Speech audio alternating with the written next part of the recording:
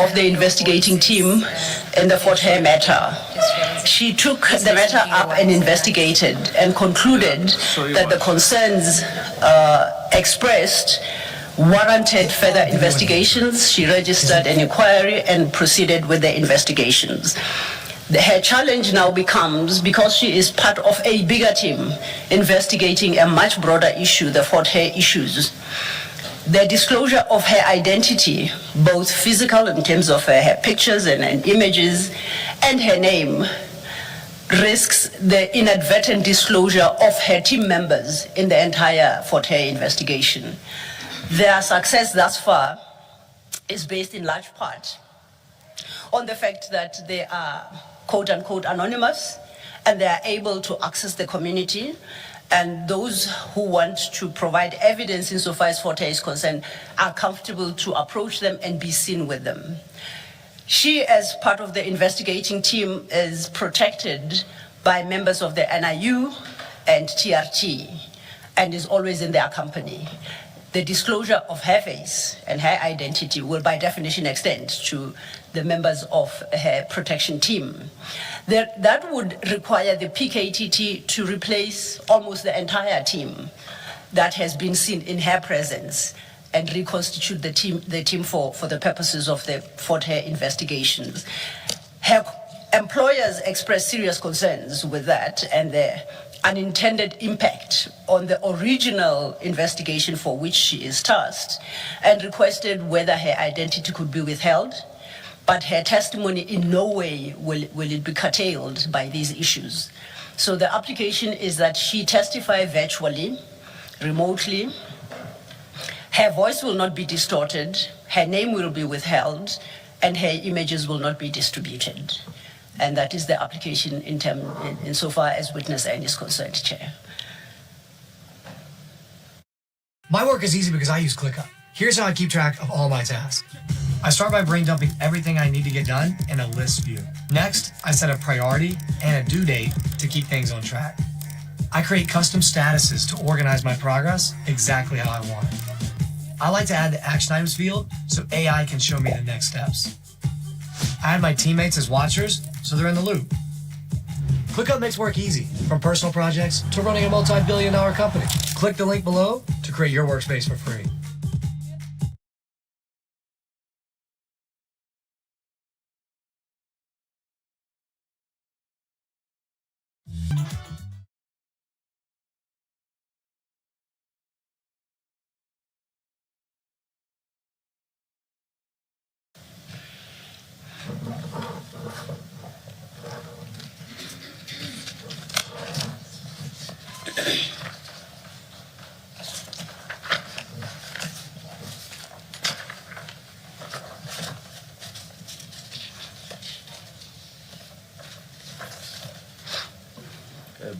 Paragraph 6, having said everything that you've said, do you think paragraph 6 is necessary? Of the notice of application or notice of... Of the notice or of the affidavit, Chair? Of the notice, Even seven. I agree with you. It's looks overly like broad. It defeats the very purpose of the application being made. Now, her testimony is not subject to any non-disclosure, and her transcript would be freely available as any other, except under the new name of witness N. It seems. Absolutely, Chair. You simply use a precedent, I assume. Yeah, that's the risk of precedence, huh? Yes. And judging by what the Chair says, that must be a problem that afflicts the next application, but we'll deal with it at the time when the time comes. I take it you'll report yourself there.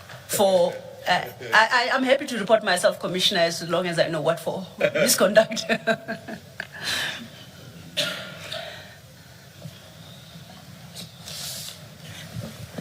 I will do as I always do in these applications. I'm not going to rattle off what you have in the notice of application. I'll just say the application is granted. And then you will furnish me with a draft order for me to have a look at.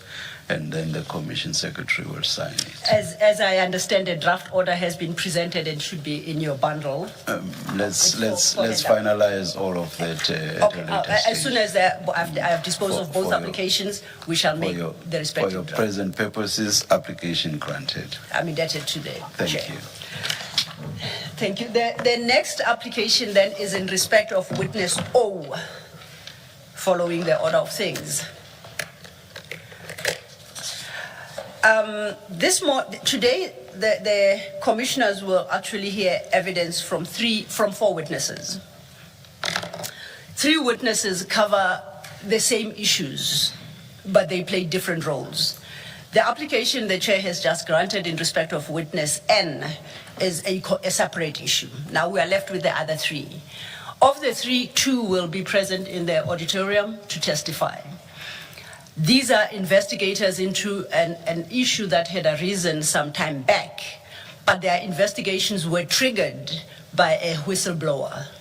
So effectively, the facts they relied upon to initiate the investigation are, for your purposes, we concluded hearsay. The original whistleblower is prepared to testify to confirm the correctness of the reports she had made to the investigators and any documentary evidence she may have given in support of her report.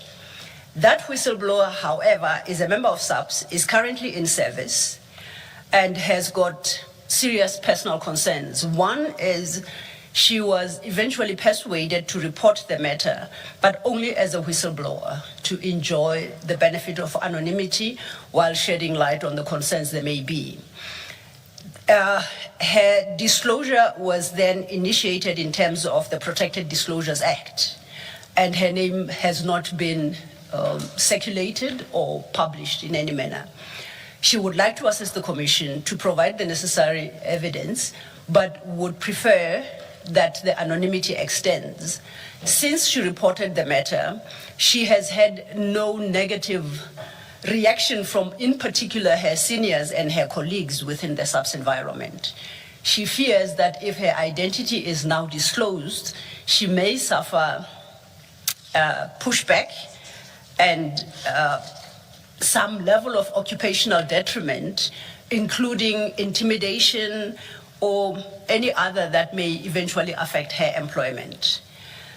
Her request is for the Commission to extend the protection afforded her by the Protected Disclosures Act and as a whistleblower, and not require her to disclose either her name or her physical identity. And it is on that basis that she moves the application for an in-camera. If the commissioners are inclined to grant it, the idea is that she, as with witness N, will be testifying virtually, remotely. Her voice will not be distorted. It is accepted that those people who are impacted by her evidence will know who she is. And that has always been the case, even during the stage of investigation. But the broader SAPS community doesn't know who she is, and that is what she is quite desirous to retain. And that is the sole basis for why she is in camera. She will take any questions that the commissioners may have for her, particularly because the investigators significantly relied on her own documentation and report, as long as the questions do not run the risk of disclosing her identity within the SAPS environment. That is the second application and the basis for moving it. And equally, it's partial in camera. And she's scheduled, I think, sometime today in the afternoon. I didn't hear you apply for condonation. Must I assume that Yes, service was... Service was late, and if the chair has regard to the notice of motion, once again we apply for condonation. I do see it signed 9 July. Yes, thank you for bringing it to my attention. Yes, the late delivery of this particular application was a delay in determining whether or not her evidence is wholly necessary before this commission, or whether it is sufficient for the investigators to run with the whistleblower report she had made. Some issues for clarification became apparent, and neither investigator could speak to those issues. She was quite reluctant to place herself on this platform, and it took some persuasion. And I think she was only the day before yesterday or yesterday finally persuaded with the necessary level of support to present herself before you. So this is a sort of a late determination to present this witness. But now we find ourselves in a position where her presentation of her testimony has got these attendant difficulties. Thank you, Chair. Thank you, Mr. Law.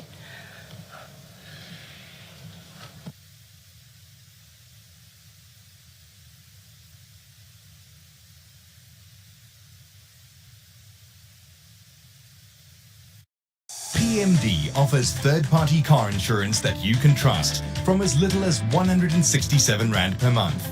I joined PMD after hearing a great testimony from a friend. I've been with PMD since 2015, and they always give me the best premiums. PMD are always there when you need help, no excuses.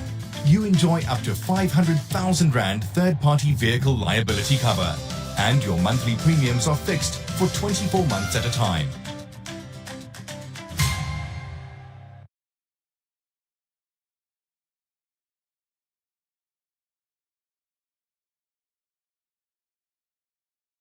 You've got a great idea.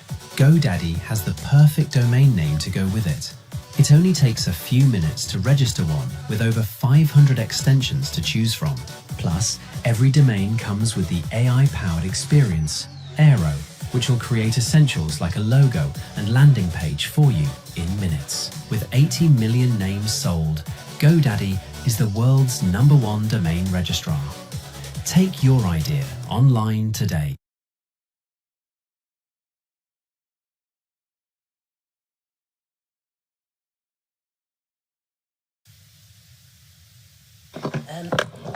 Ms. Selo, if you would perhaps just clarify where you speak about persuasion, that she was persuaded.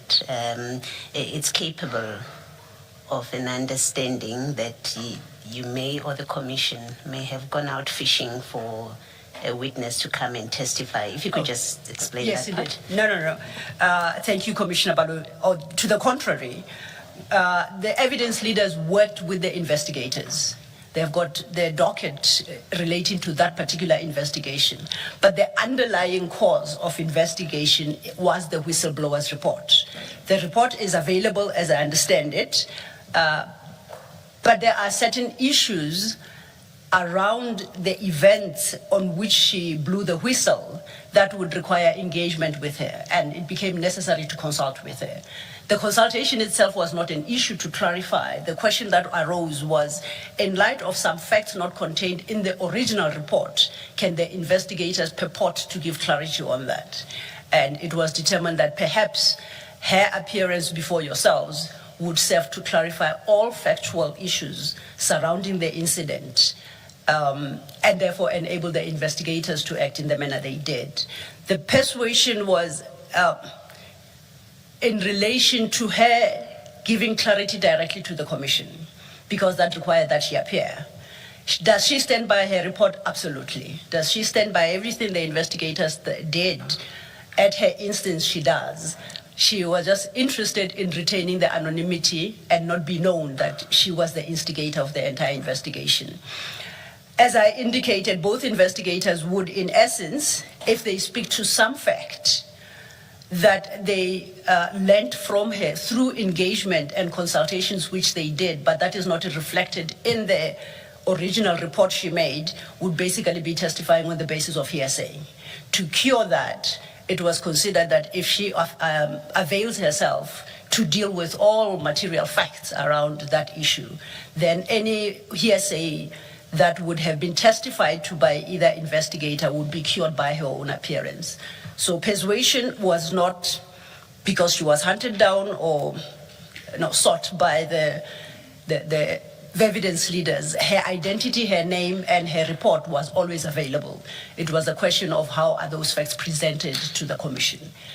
Thank you. Thank you. So it was more an issue of how anonymity would be maintained. Indeed. That's indeed, Chair. all.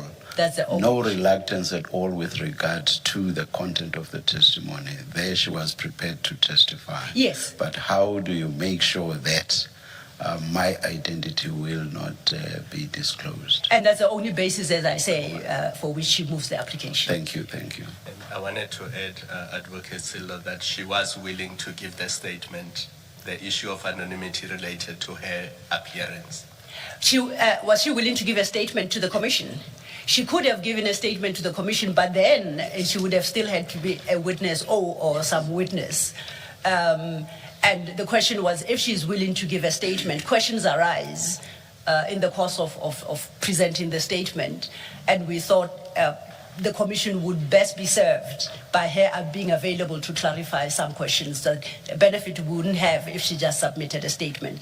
Because as I say, the original report she made is in the docket, and she would have made a statement more or less along the same lines. So the issue was if she could avail herself to provide any clarity that the commissioners may require, and once again on the basis of anonymity. The earlier comment with regard to 6 and 7 As I applies said, here? Yes, thank you. I will do what I did with the first application, which is merely to say the application is granted. You will attend to the content afterwards. Yeah, definitely. The full content. Well, we shall do so shortly, Chair. I'm indebted to the commissioners. Commissioners, we are ready then to start with our first witness. Maybe if we get 2-3 minutes to settle down, to bring the witness in, and we should be ready. We'll to stand outside. Let's adjourn. Thank you. It's not necessarily 3 minutes. We'll come back when we are told to.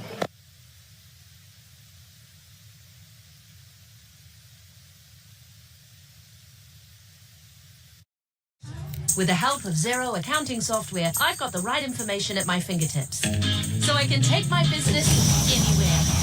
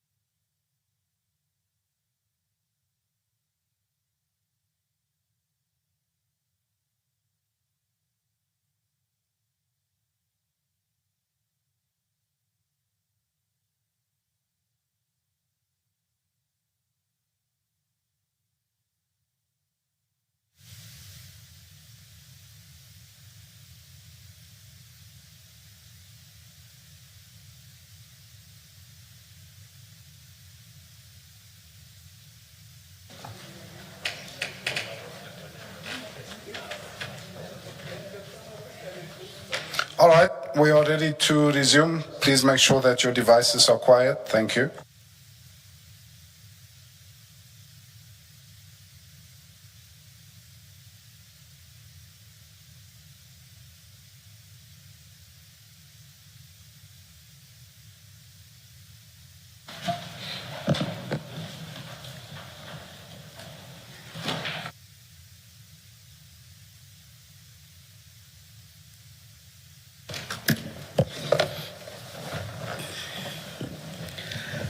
Who's leading in this one? It's me, Chair.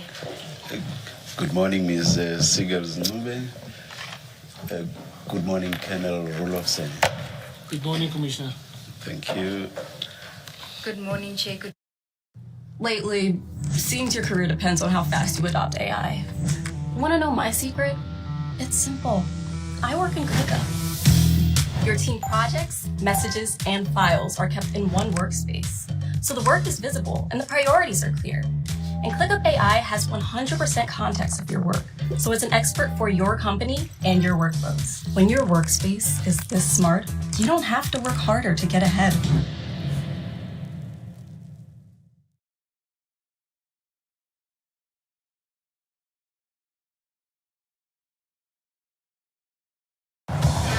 What if I told you that you could have full visibility of your loved ones from anywhere?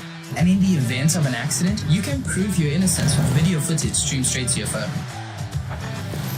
Or even capture criminal activity as it happens, so you'll have the video evidence ready anytime you need it. We get all these benefits from CarTrack's Vision dash cam system. That gives us an extra layer of protection and peace of mind.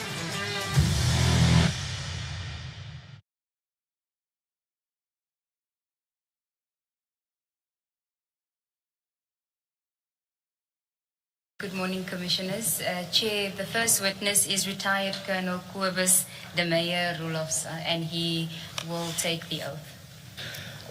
Colonel, do you swear that the evidence you are going to give is the truth, the whole truth, nothing but the truth? If so, please raise your right hand and say, "So help me God." So help me God. Thank you, Colonel. Thank you, Chair. Colonel, there should be in front of you two files. One is a small file with your witness statement, and then there's a second file that we will be using which says IDAC exhibit bundle, witness bundle. You should say witness bundle. Do you have it? Yes, I do have it. And then if I could ask you to go to the file with your statement, and if you can confirm that page 12 of that statement, the signature on page 12 of that statement is your signature.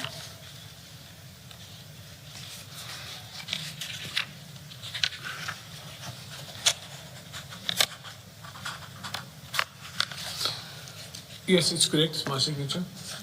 And do you confirm that from page 1 to 12 is a statement prepared for purposes of your evidence today?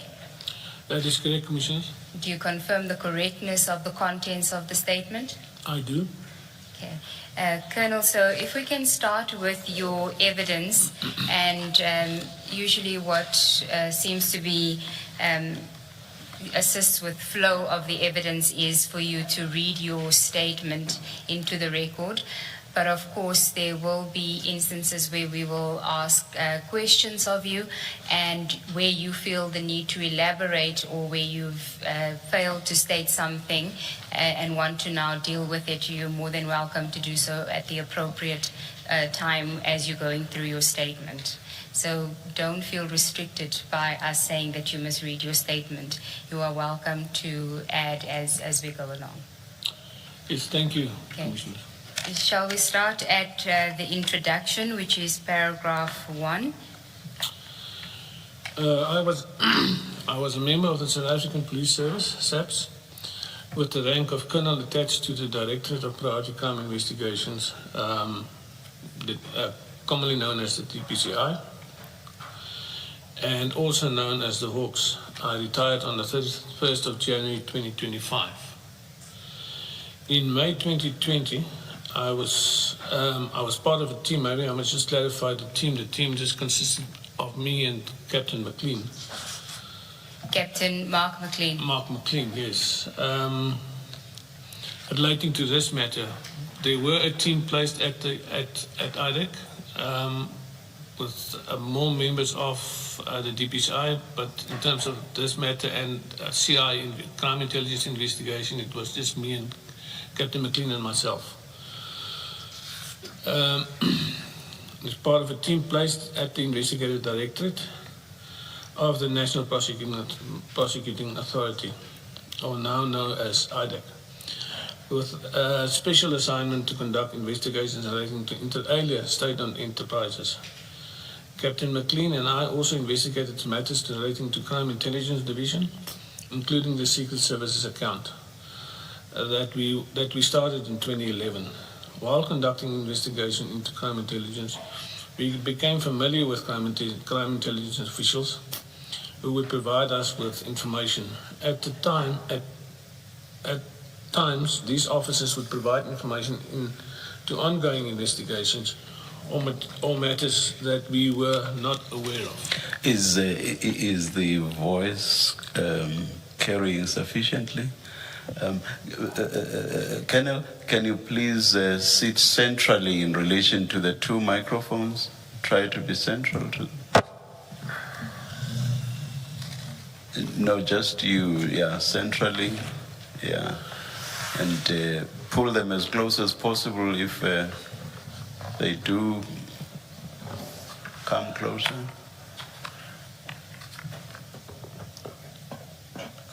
Is that close enough, Commissioner? My wife told me to speak up. So, you better obey then. Yeah. Yeah, let's continue. Paragraph 3, I think. Paragraph 3 of my statement. The purpose of this statement is to inform the Commission of a matter regarding events in 2018 reported to Captain McLean and me in 2022 involving Advocate 𝗠𝗔𝗗𝗟𝗔𝗡 and Major General Feroz Khan.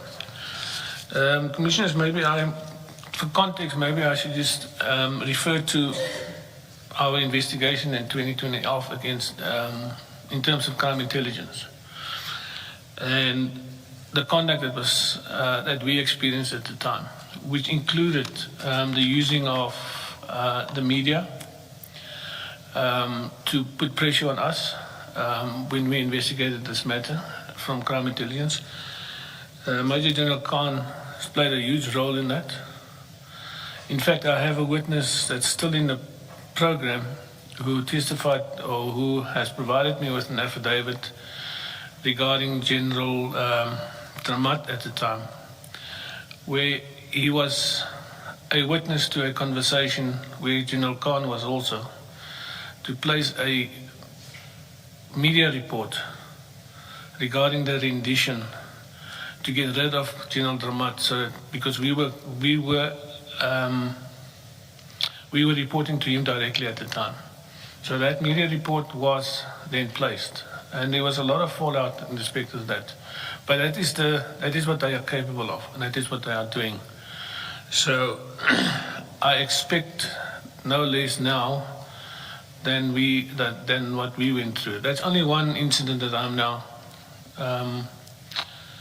informing this commission of. There were various other incidents of the same thing in 2011. We have informed the police management at the time of this. I've given so many briefings to police management regarding crime intelligence and the things that they were getting up to. But nothing was done. In fact, we were just, first it was covertly, they tried to stop us covertly, but it later on just became overtly. So between the police and the NPA, we struggled about 15 years, 12 years to get a crime intelligence matter on the roll because of all the interference that we experienced. And I testified to this in the Ngcobo Commission as well as the Zondo Commission relating to these incidents. We could have stopped this in 2012 or 2011 if the police had listened to what we were saying to them. Sorry, Commissioner, there was just a little bit context in terms of what we have been experiencing. Sorry, Colonel, as I understand it, what you really wanted to mention this as to give context regarding this specific incident, that it's not an isolated incident, and the significance of this incident, although it relates to a smaller matter, there were bigger matters that were being investigated. That is correct, Commissioners. This is a pattern of behavior that I've experienced, and this specific incident just forms part of that pattern of behavior. The impunity, the fact that they think they can get away with it, and they did for a long time. So that it is in that context that I am referring to what happened in 2011, because how do they say? I've seen this movie before. Thank you, Colonel. Then if we can go to the next page. Paragraph 4. Sorry. Sometime in May 2022, a colonel who was a captain at the time of the incident, and in 2018, and a lieutenant colonel when she approached us in 2022, in crime intelligence approached Captain Mark McLean and me to make a disclosure which I deemed to be in terms of the Protection Disclosure Act of 26 of 2000. She informed us that in 2018 she shared an office with General Khan, who had been appointed as the head of Operational Intelligence Support in September 2017. General Khan shared an office with the colonel and another member of crime intelligence because at the time he had not yet been assigned to his own office. The colonel informed us that on 4 July 2018, while she was working in the office, General Khan, who was attending a meeting in the main boardroom, approached her, handed his cell phone to her, and requested her to give her email address to the person on the other end of the phone. General Khan told the colonel that the person on the other end was Andrea. She did not immediately recognize the voice, but it was a female voice on General Khan's phone. Paragraph 6.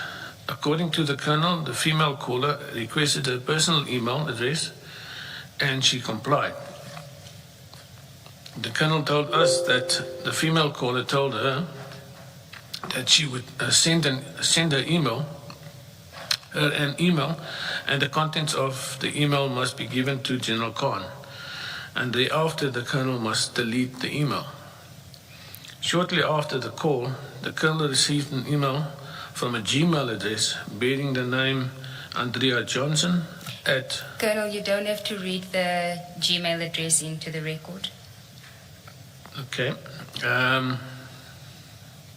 you can just start with the subject header. The subject header of the email was Petle complaint. The email had photo attachments and an audio file.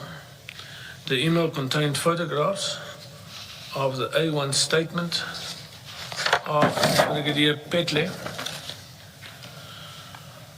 at the time a crime intelligence officer, in a criminal complaint by her against General Khan for assault common, intimidation, as well as a 𝗠𝗔𝗗𝗟𝗔𝗡 Sharp Eye medical report, and an audio recording of General Khan taken at the time of the alleged incident. The alleged incident took place on 26 June 2018, and the A1 was commissioned on the same day at Silverton Police Station, and a case opened under Silverton case number 42206/2018. The email from Andrea Johnson Gmail address to the colonel's private email address was a forwarded email originating from Barry Bateman, who at the time was a senior journalist. Mr. Bateman had sent the Petle complaint email with the attachment to the Andrea Johnson Gmail address on the 3rd of July 2018. The Colonel printed the email and attachments, placed it then in an envelope, and gave the envelope to General Khan. She did not delete the email as requested by the female caller. Colonel, if we can just pause there, and if you can go to the exhibit bundle file and go to page 5, just to confirm that this is what the Colonel confirmed to you was the email that she had received. That is correct, Commissioners. That is the email that what was provided to me that she received. And she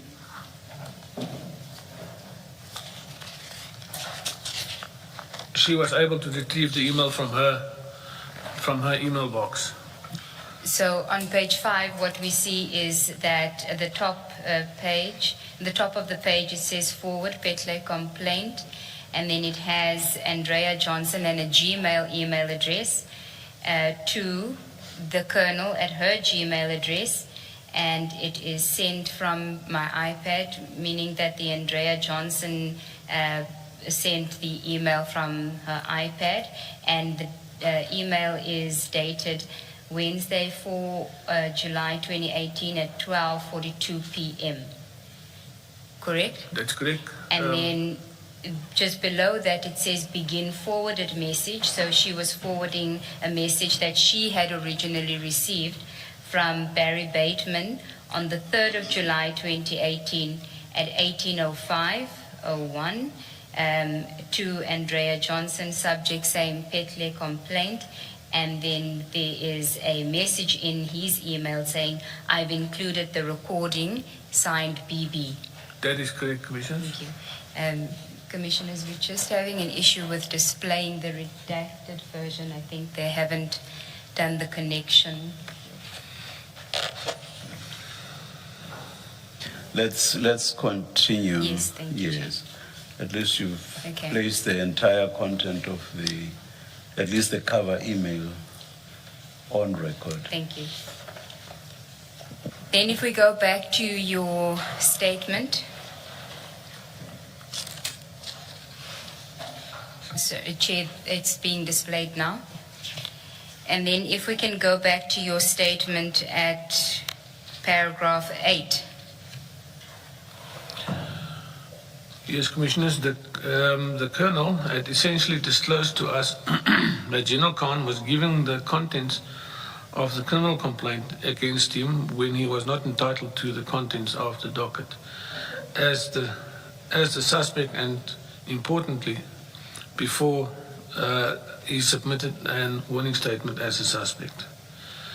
At this stage, General Khan had not been charged and no decision had been made whether or not to prosecute.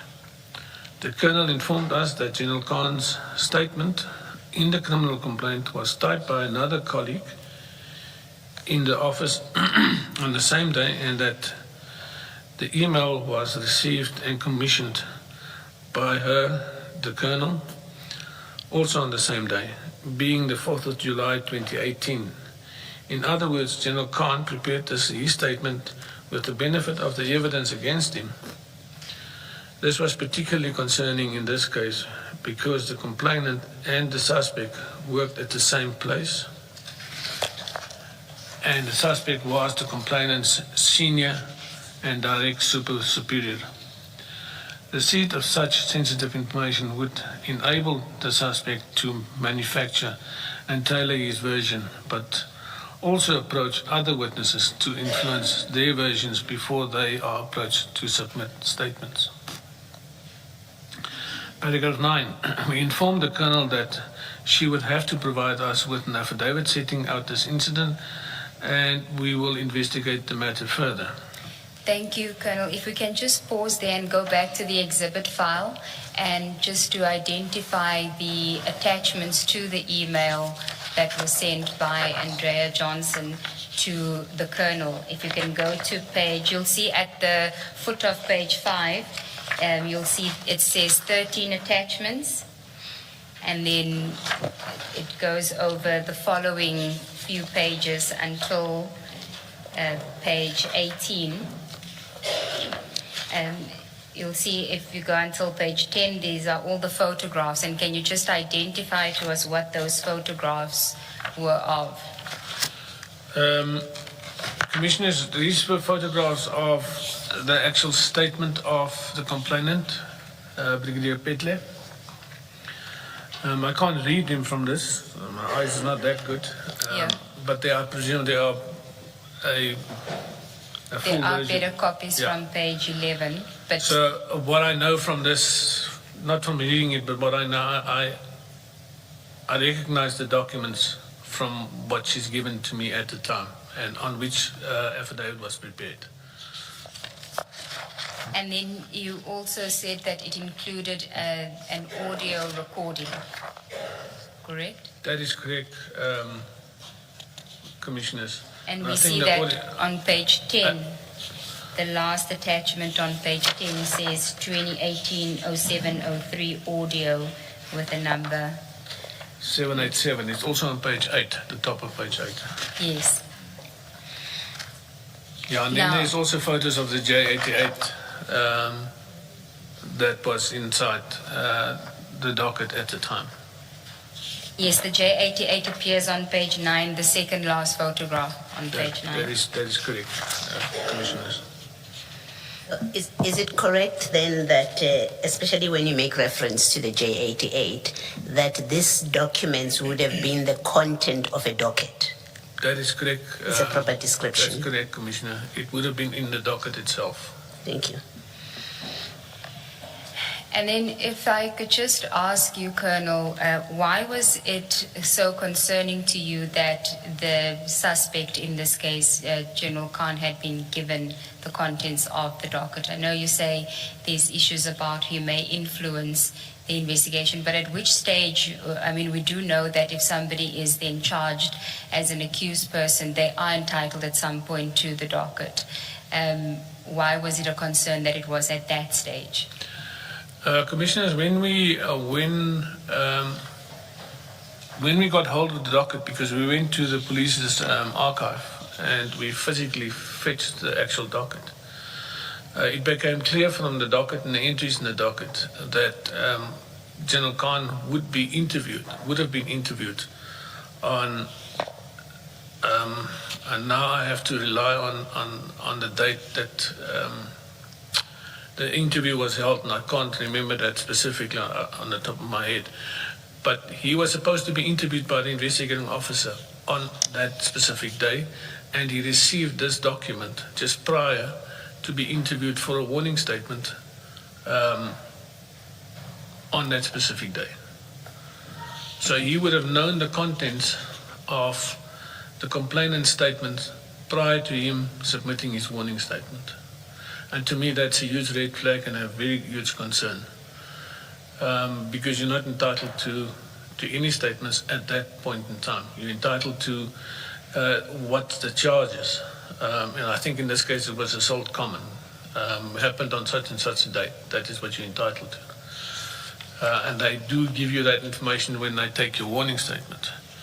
But to come to the investigating officer with a prepared statement, warning statement, seems to me that you had to have prior knowledge of your version of events based on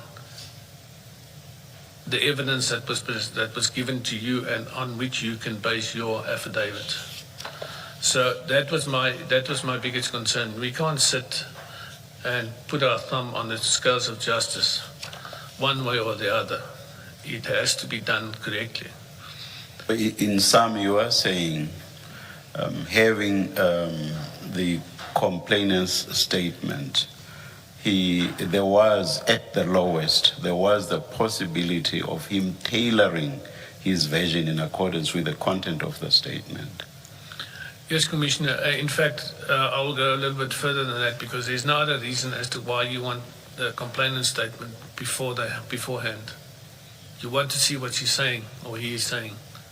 Yeah. And you have to then, and you will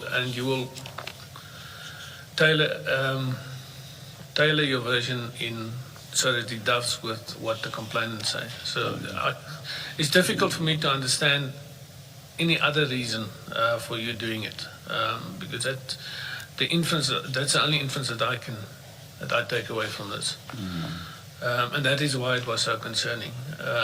And I mean, this kind of modus operandi is being. I've seen this before, where suspects get access to documents prior to them having warning statements, or prior to them when they are supposed to be, when they're only entitled to have documents. So this does happen, and in this specific case, it did happen. How does that differ from a situation where before a witness testifies in court, that is a criminal court, they actually do get the statement? So in a sense, one could say or make the point that the situation is similar. So what's the difference?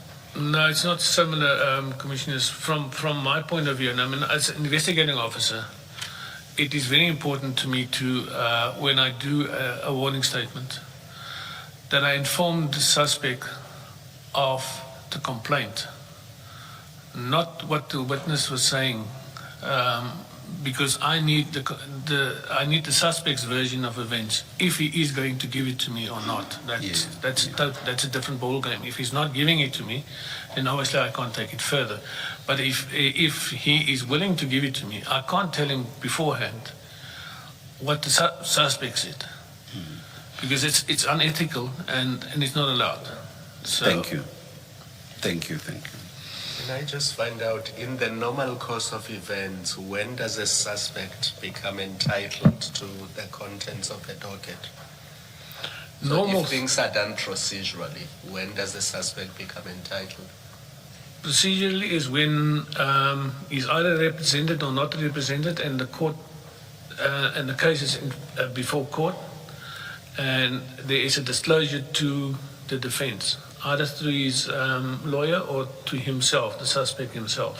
That is when you get entitled to the documents. So it's after you are charged? After you're charged. Not during the investigation? That is correct, Commissioner. Thank you. At this point, Ms. Johnson would have been in the NPA at this point. That is correct, Commissioner. Is there in terms of process, is there a legitimate basis on which you would have had access to the docket at this point of things? No, Commissioner, but I just want to clarify, we're talking about 2018 now. Yes. Yeah. No, there was no reason for it. It was a station matter. In other words, it was confined to that specific police station. And I can't remember which jurisdiction in terms of court they fall under. What did I say? It was a Silverton case. Silverton, yes. Sorry? Silverton case, yeah. So they would have fall under that jurisdiction of that court, for that area. So in the normal course of business, she doesn't have any reason as to why she wants to get hold of the docket. And in fact, if she wanted to get hold of the docket, she probably would have been able to. She could have just called for it because of her position within the NPA, and I think she was head of organized crime at the time, if I'm not mistaken. So she would have been able to call for the docket in her capacity as an advocate within the NPA. And whether there was a reason for her to call for it, I don't know. Because it would not normally fall within their mandate, what they investigate and what they prosecute. But under normal circumstances, there is no reason for her to request a docket. Thank you. And also other situations where there would be early access by prosecutors are those instances where the investigation is prosecution directed. So there are those instances where. Yes, but yes. I'm not countering what you said. You are saying bad. No, what I'm saying is, at the time, you must remember this is at the station level. So you're talking about prosecutorial advice in terms of a docket. What I can't say now is whether the docket went to a prosecutor before the time or not. And if he did, yes, that prosecutor can have access No, with guidance. I'm just talking generally. Yeah, no, I understand that. Yes, So, yes. but she could have contacted the prosecutor as Yes, well. yes. So she didn't have to contact someone else. Thank you. Thank you, Colonel. Then if we can go back to your statement, page 4, the investigation, that's the heading. In June paragraph 10.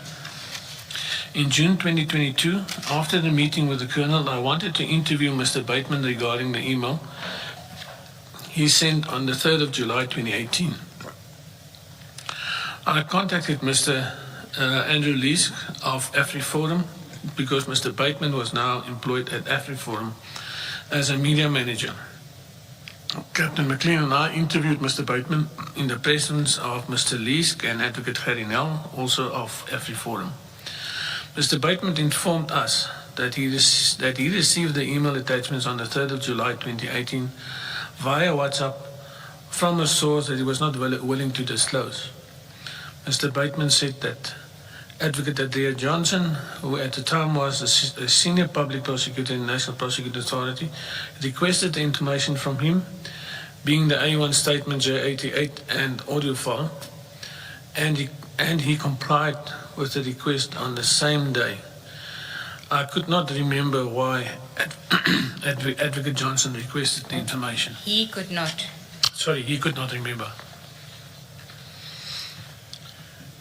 Paragraph 11.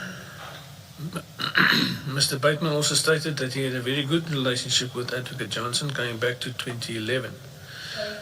Colonel, your voice is tapering Sorry. again. Just raise it. Please listen to your wife's advice. Sorry, wife. Mr. Bateman also stated that he had a very good relationship with Advocate Johnson going back to 2011. He saw nothing untoward about Johnson's request. Mr. Bateman was requested to provide a statement regarding the matter. Despite numerous follow-ups prior to my retirement in 2025, January, for the statement I was informed that he only provided the statement to Captain McLean in June 2026, 4 years after we met with him and requested the statement. Thank you, Colonel. Can we then go to the exhibit bundle and go to page 45? And I just have a few questions for you regarding the interview with Mr. Bateman.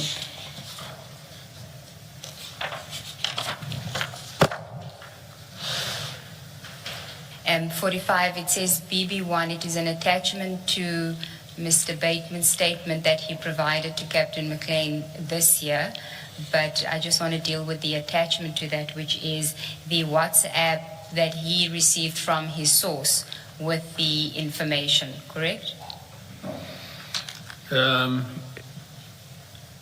I'm sorry, just repeat, who is it from and to whom?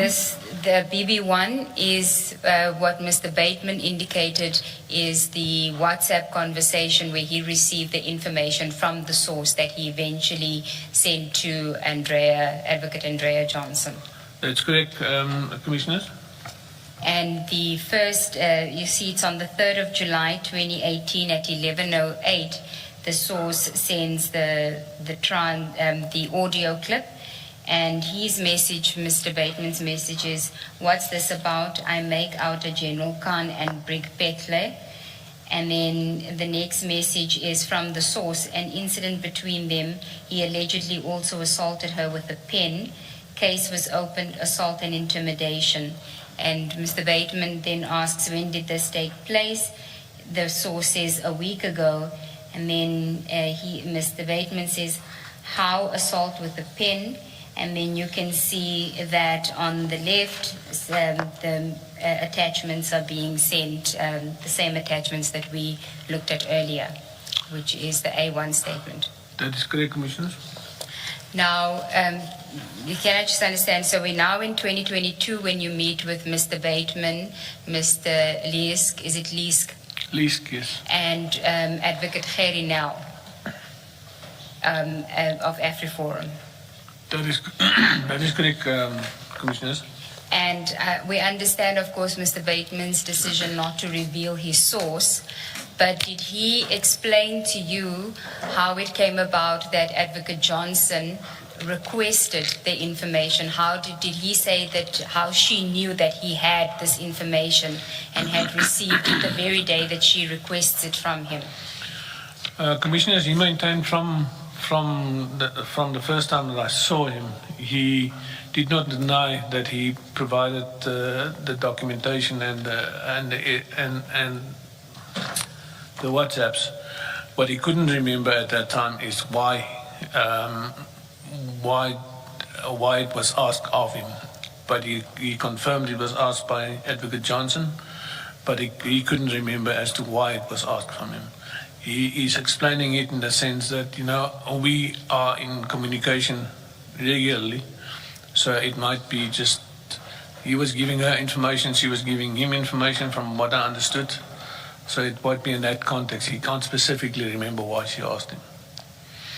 But she was specific in terms of what she asked him, because otherwise he wouldn't have provided this. Yes, if you just look at page 46 of the bundle, because then I just want to... If you look at page 46, this is the email that he sends to her later that evening, 3 July 2018 at 18:05. So he sends it to her, 6 hours, 7 hours later. He receives it that same day.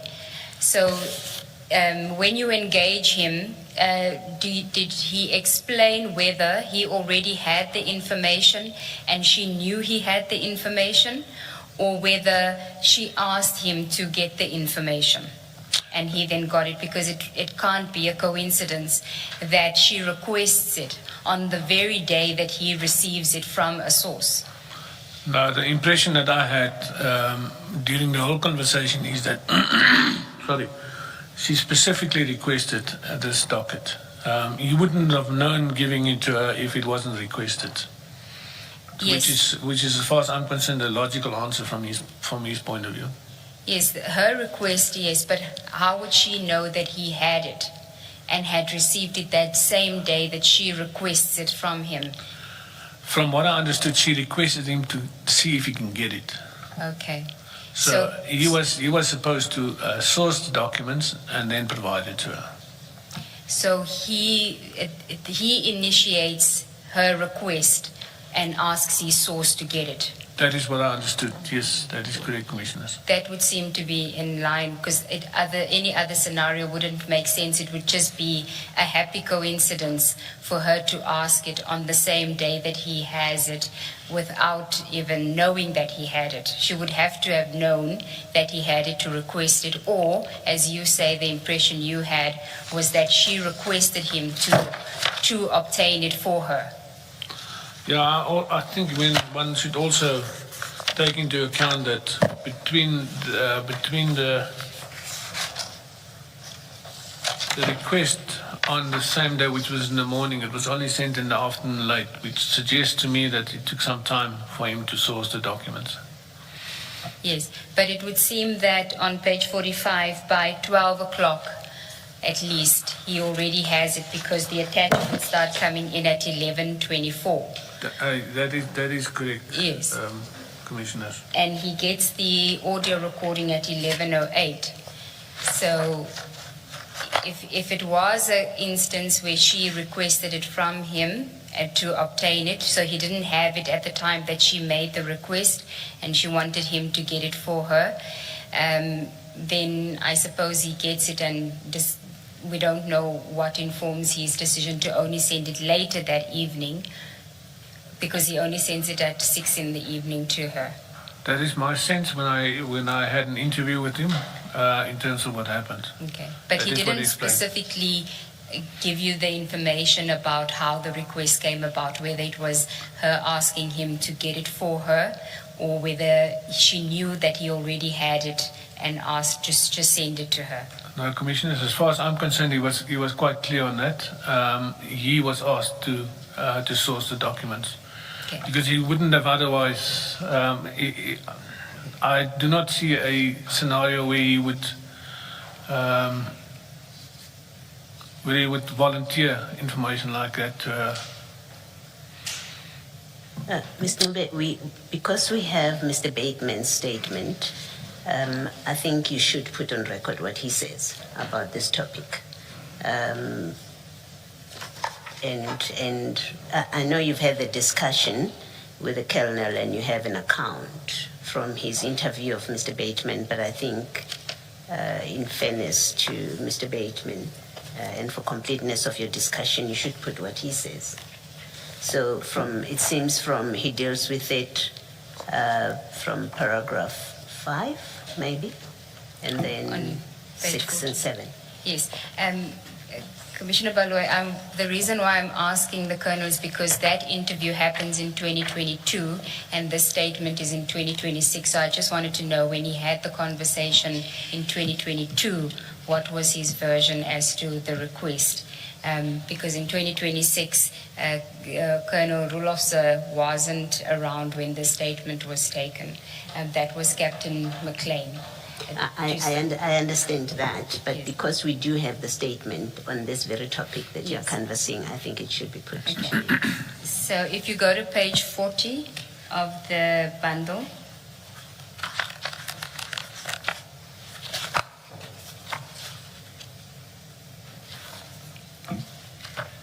that's Mr. Bateman's statement, which he deposed to in June 2026. And at paragraph 5, he says, in July 2018, a voice recording and pictures of an affidavit deposed to by Brigadier 𝗜𝗡𝗤𝗓 of the South African Police Services was sent to me.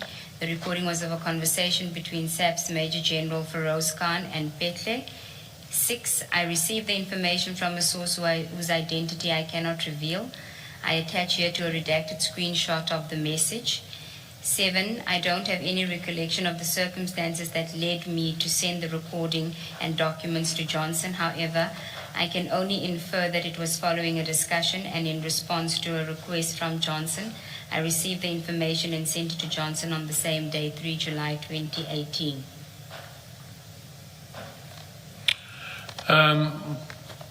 Commissioners, it is more or less in line in terms of what was said to me. I think this is now 4 years later. I think he probably couldn't remember all the detail that he gave to us when we had the conversation with him in 2022.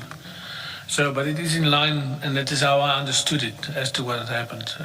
There was a request, and based on the request, he would have provided the information. Thank you. We can go back to your statement.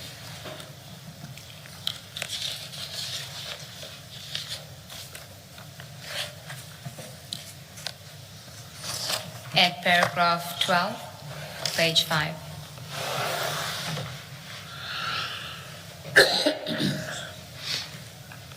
In August 2022, I received a statement from the Colonel setting out the events on the 4th of July 2018. At this stage, Advocate Johnson was the head of IDAC, where I was placed even though I was attached to the DPCI. I could not approach Advocate Johnson given the allegations of interference and defeating the ends of justice. At this stage, Captain McLean had also ascertained that the NPA decided on 15 December 2021 already not to prosecute the assault and intimidation docket. And the docket had been withdrawn from the CAS system on the 13th of January 2022. Colonel, what does it mean the docket had been withdrawn from the CAS system? It actually should read closed, Commissioner. What we have a CAS administration system, which is an administration system for our dockets. So when the case docket is opened, it would be registered on the CAS system. So at the end of an investigation, whether it is unfounded, whether a warrant of arrest was issued, you will then close the docket and it will be closed on the CAS system. I think in this specific case it was a nolli prosecute, if I'm not mistaken. So the docket would have been closed on the CAS system as a nolli prosecute. But as I said, I don't have the docket in front of me, so I'm not sure exactly as what it was closed. But then it get archived. So that is in essence what happened. So there won't be any further queries on the administration system, bring forward dates and that kind of thing. But the docket will show that it's been archived, and you can go and find the docket there. So it doesn't mean, because that's how I had read it, because I don't know your systems. So when you say withdrawn from the CAS system, I had read it to mean it had been deleted from the systems. You wouldn't find it. It cannot be deleted. There will always be an audit trail, so you can't delete that. Thank you. Okay, page 5, paragraph 13 of your statement, Advocate Johnson's knowledge of the allegations against her. I decided to approach the national lead of the DPCI, Lieutenant General 𝗬𝗓𝗓, for assistance because of the circumstances that I found myself in. I met General 𝗬𝗓𝗓 in the last week of August 2022, but I do not recall the exact date. I informed him of the allegations contained in the Colonel's statement and furnished him with a copy of the Colonel's statement. I told General 𝗬𝗓𝗓 that we needed the NPA to assign a senior prosecutor to the matter. I expected General 𝗬𝗓𝗓 to request the NPA head, at the time Advocate 𝗖𝗢𝗠𝗦𝗦𝗦𝗜𝗢𝗓, for a senior prosecutor to be assigned to the case. I could not take the matter to a lower court due to Advocate Johnson's position as head of IDEC. Advocate Johnson's position also placed me in a precarious position because I had been placed at IDEC in Advocate Johnson's office as part of a duty arrangements between the DPCI and IDEC.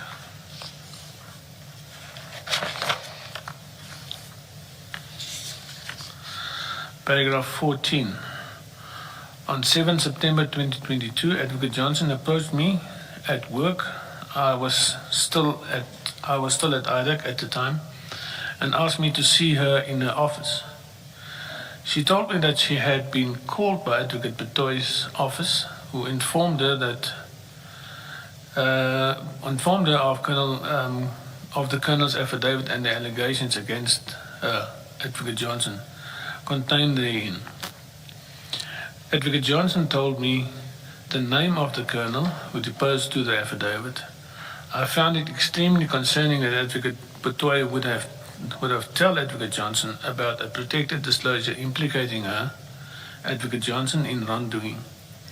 I also thought that perhaps Advocate Johnson was able to figure out the identity of the Colonel without Advocate 𝗓𝗓𝗓 informing her thereof. But then Advocate Johnson to continue to reveal that she knew the Colonel's affidavit was commissioned by Colonel Wittendahl, and she relayed information contained in the Colonel's affidavit. She then told me that she read the Colonel's affidavit and that she denied any wrongdoing. Paragraph 15. She also informed me that she spoke to Mr. Bateman before meeting with me and told Mr. Bateman not to worry.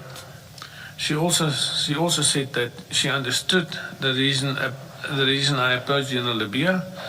By this I understood Advocate Johnson to mean that given that the allegations implicate her, she understood why I did not deal with the incident within IDEC, but instead went to the head of the DPCI. Paragraph 16. When Advocate Johnson approached me on the 7th of September 2022, I already knew that she had spoken to Bateman. I can just say here that I didn't tell her that I knew that she'd spoken to Bateman. Because Mr. Leesk told me that Bateman had informed Mr. Gerrinal of the conversation between him, Bateman, and Advocate Johnson. Mr. Leesk did not give me the details of what was discussed between Mr. Bateman and Advocate Johnson. I do not recall the exact date when he would have informed me of the call, but from my WhatsApp exchanges with Mr. Leesk on 5 and 6 September, I think it would have been on the 6th of September 2022. Paragraph 17. During our investigation, I was able to confirm that General 𝗬𝗓𝗓 met with Advocate 𝗓𝗓𝗓 on the 2nd of September 2022. That was confirmation for me that General 𝗬𝗓𝗓 gave the Colonel's affidavit to Advocate 𝗓𝗓𝗓, which I did not take issue with, since my reason for approaching General 𝗬𝗓𝗓 was for assistance with the appointment of a senior prosecutor. To my knowledge, the only people who had sight of the Colonel's affidavit when I met with General 𝗬𝗓𝗓 were the Colonel, Captain McLean, General 𝗬𝗓𝗓, and me. Advocate 𝗓𝗓𝗓 is the only person I can think of who would have shown or given the Colonel's affidavit to Advocate Johnson after General 𝗬𝗓𝗓 gave it to her at the meeting on September 2nd of September 2022. I do not believe that General 𝗬𝗓𝗓 shared or showed the Colonel's affidavit to. I do not believe that General 𝗬𝗓𝗓 showed or shared the Colonel's affidavit with Advocate Johnson. The irony of the situation was not lost on me. Advocate 𝗓𝗓𝗓, by sharing the Colonel's statement with Advocate Johnson, did the same thing Advocate Johnson had done by sharing Brigadier Petley's criminal complaint against General Khan with him. Paragraph 18. Sorry, before you proceed, Colonel, in this discussion with Advocate Johnson, did you ask and did she say why it was that she forwarded the documents to General Khan? Did she say anything about that? Commissioner, she said nothing. I would have expected under the circumstances, if she was given access to the affidavit of the complainant, of the Colonel, that I would have expected, that was my expectation. Firstly, I didn't expect that it would have been given to her, but now it has been given to her. She had access to it. I would have expected the following reaction. Where can I sign the affidavit? Because this was done, I was duped by providing this information to him.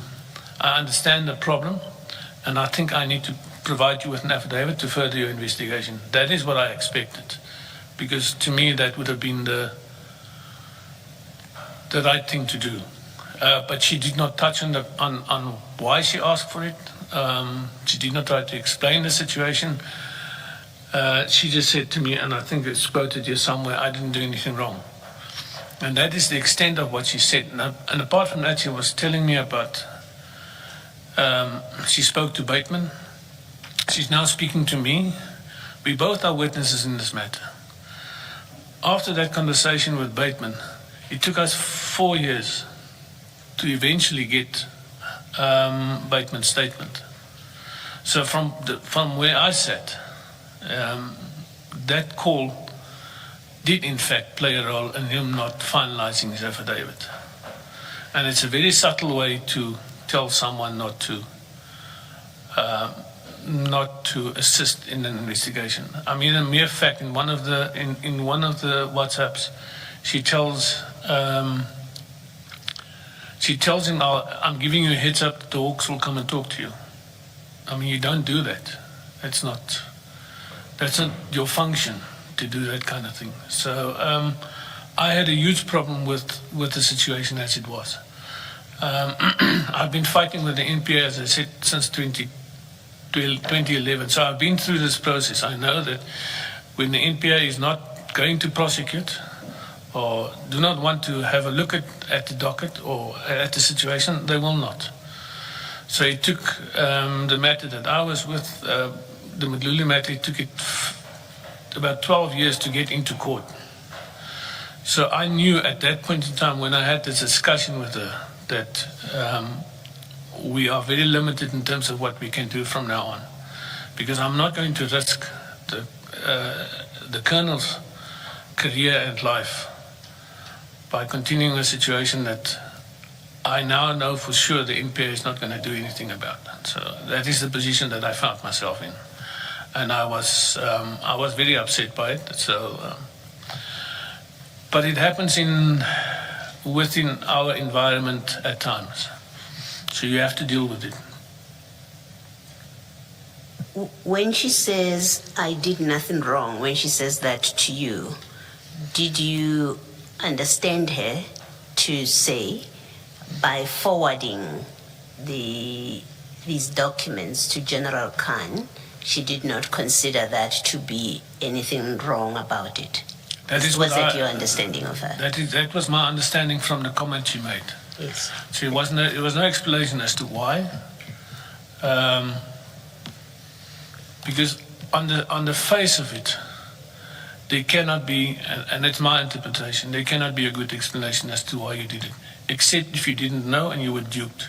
And then I expect the other reaction, which I described earlier.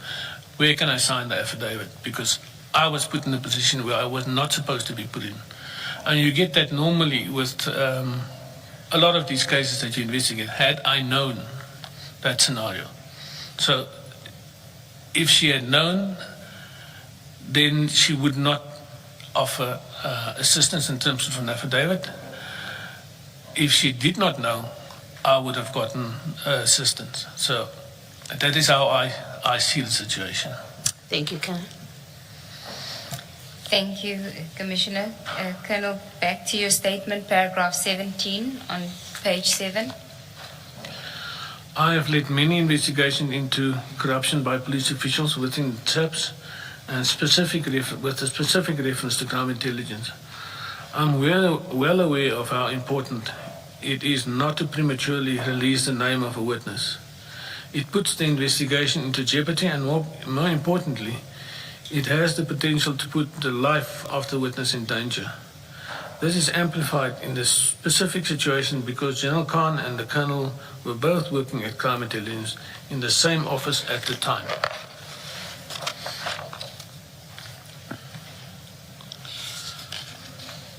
As stated earlier, before my meeting with Advocate Johnson, I had already been informed that Advocate Johnson had spoken to Mr. Bateman about the Colonel's affidavit. My interaction with Mr. Leeks on 5 and 6 September is set out below, and I have provided the Commission with the screenshots of the exchange as well. Mr. Leeks told me that Mr. Bateman sent a WhatsApp message to Advocate Gerrinel after his conversation with Advocate Johnson on 5 September. I quote the conversation between Mr. Leeks and me below, as well as the forwarded messages with my translation from Afrikaans to English where necessary. Thank you, Colonel. If we can just pause here, Commissioners, the conversation appears on page 49, the screenshot, and the Colonel had apologized for the quality thereof. He needed his daughter to assist in taking the screenshot. So it's on page 49, and you will see the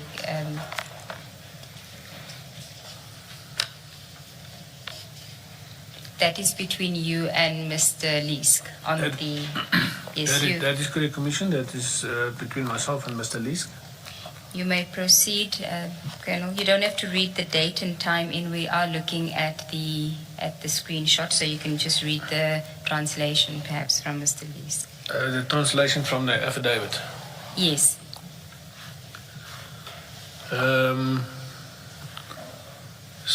It says, Icobus, we need to talk, which is on the 5th. And on the 6th, there's a missed call from Mr. Leesk. And also on... I think you're now at paragraph 20, so there's the missed call, and then you explain what happened after there, because there's a gap between the missed call and the next message. So you can just go to your statement, paragraph 20. Paragraph 20, although I do not have a clear recollection at this stage, clear recollection, at this stage, Mr. Leesk and I must have had a telephonic conversation about the matter. I recall I was in Cape Town between 2 and 6 September 2022 and flew back to Gauteng on the 6th of September 2022. It would have been in the afternoon. I think it was during this call on either the evening of 5 September or 6 September 2022 that Mr. Leeks informed me of the conversation between Mr. Bateman and Advocate Johnson. I say so because after Mr. Leeks requested us to talk. He missed his missed call. The next message is from me asking which number was used, referring to the number that Advocate Johnson used to contact Mr. Bateman. During this call, Mr. Leek told me that Advocate Johnson contacted Mr. Bateman to assure him not to worry. I remember asking Mr. Leek to tell Mr. Bateman to immediately make a note of what he could remember and was discussed with Advocate Johnson. The WhatsApp exchanges continue below.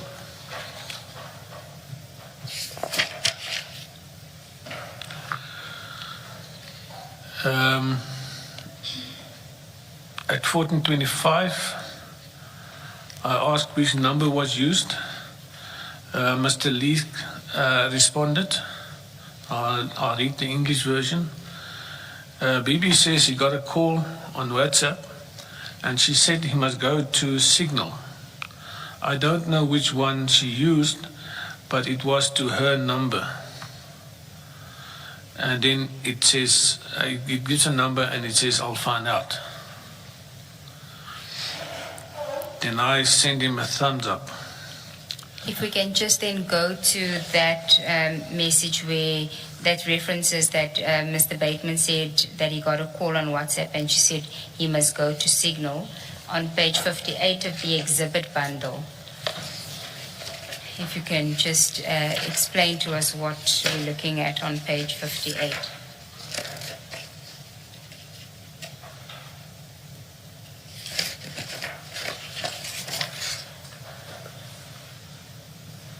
This is a screenshot or a photo that I took of, I think it's Mr. Bateman's phone, with the request by Advocate Johnson to go to Signal. The request from Advocate Johnson to Mr. Bateman on the 5th of September. That is correct. That's correct, Commissioners. I can also inform the Commission that on various occasions, Advocate Johnson was not only stating to me but to the office as well, you need to use Signal because WhatsApp is not as secure as you think, and she prefers to use Signal because it's much more secure. So I presume that's the reason why he was asked to go to Signal. And this was the call on the 5th of September, which you knew about already when Advocate Johnson approached you on the 7th of September. That is correct, Commissioners. Okay. So we can go back to your statement at paragraph 21. Mr. Lees and I arranged to meet to discuss the matter further. He sent me his location because the location was different to where I had met him and Mr. Bateman, Advocate Nell, the first time. And then it just shows a map that was sent to me. And then paragraph 22. If I recall correctly, on 7th September 22, I would have met Mr. Lee after my meeting with Advocate Johnson. I do recall that Mr. Lee sent the WhatsApp exchange between Bateman and Advocate Johnson and Advocate Nell before I went to meet him. I know that I did not have the WhatsApp exchange between Mr. Bateman and Advocate Nell when I met Advocate Johnson, which means that Mr. Lee forwarded the exchange to me after my meeting with Advocate Johnson, but before my meeting with him.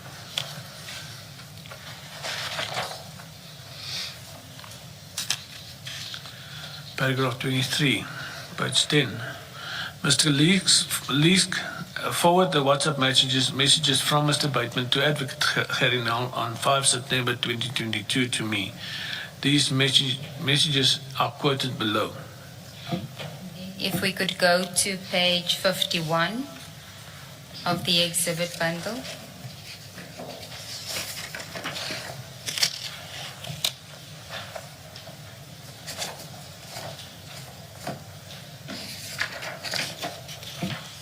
So this is what Mr. Lee forwards to you, which is a conversation, which is messages that Mr. Bateman sends to Advocate Nell after he gets the call from Advocate Johnson on the 5th of September.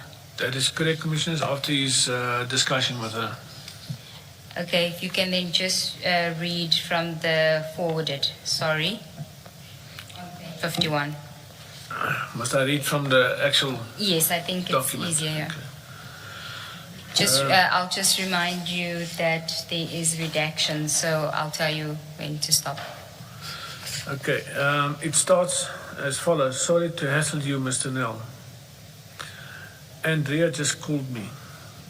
Called to say she was called into a meeting with the NDPP. Libya had approached the NDPP last week with information. Then you don't have to read the next part. You can start again by, she has provided statement. She has provided statement about an email that I apparently sent in 2018, something about requesting information. Unclear. Andrea not worried. She says there's nothing that she did, that she said to me or communicated that she could not repeat. Elsewhere on the next page, 53. In the middle of the page, it continues that she could not repeat elsewhere. Referred to issues between Khan and Petle, said I often approach her about media issues and questions. Told the NDPP she is not interested in seeing the statement. Next page, saying that if there is to be an investigation, they must investigate. Just wanted to give me the heads up in case the Hawks came asking. Next page. Came asking questions. She says Kobus was approached with the statement and he works for her, so he had no choice to approach Libya. By Kobus, that is you. That is me, yes, Commissioners. Reiterated that as he is not concerned, reiterated, I presume she is not concerned. She has work to do and will get on with what she has to do. Says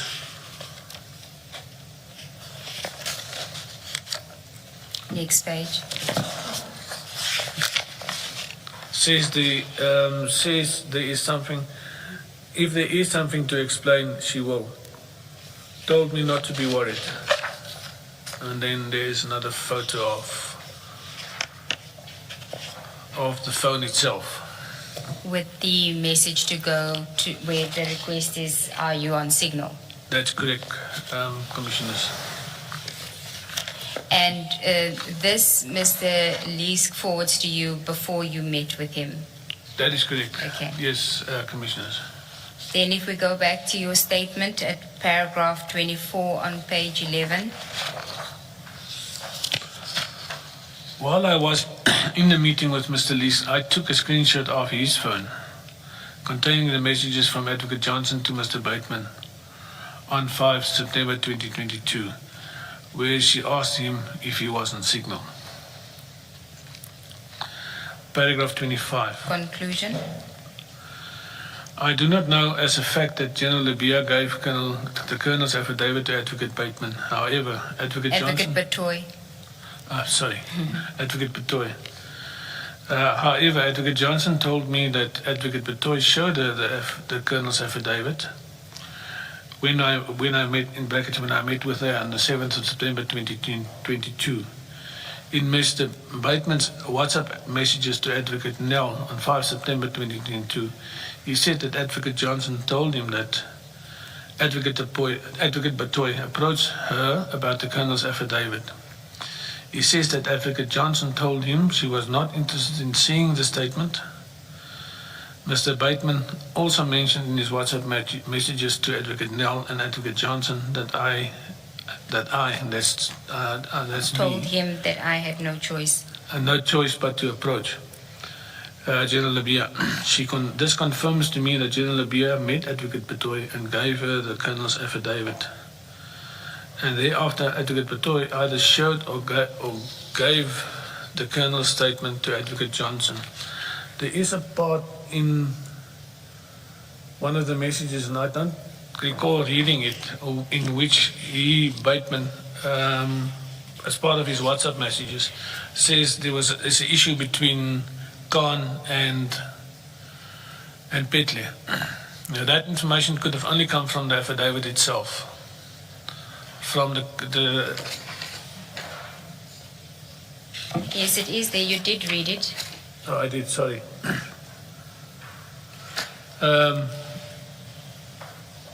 So if I did read it, I'm sorry. But that information was in the affidavit. Yes, it's So on if page you have- 53 of the screenshots. If you have access to the affidavit, you would have known that kind of detail.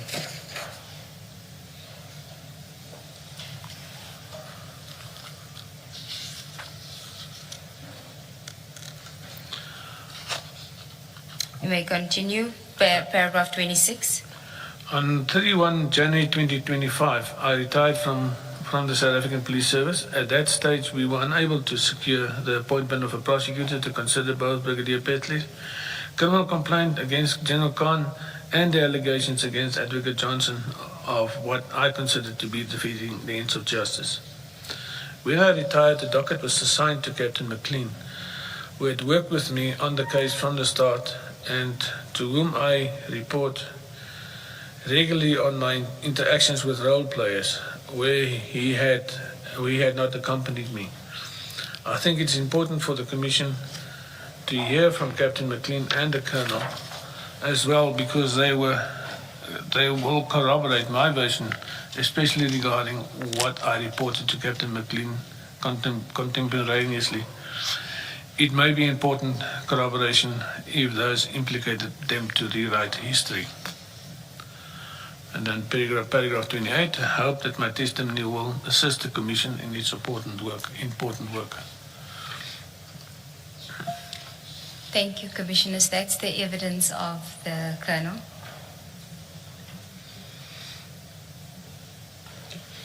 Colonel, when you met with Advocate Johnson on the 7th of September, did you mention to her, or did you get the impression, if you did, that she knew that this was a protected disclosure?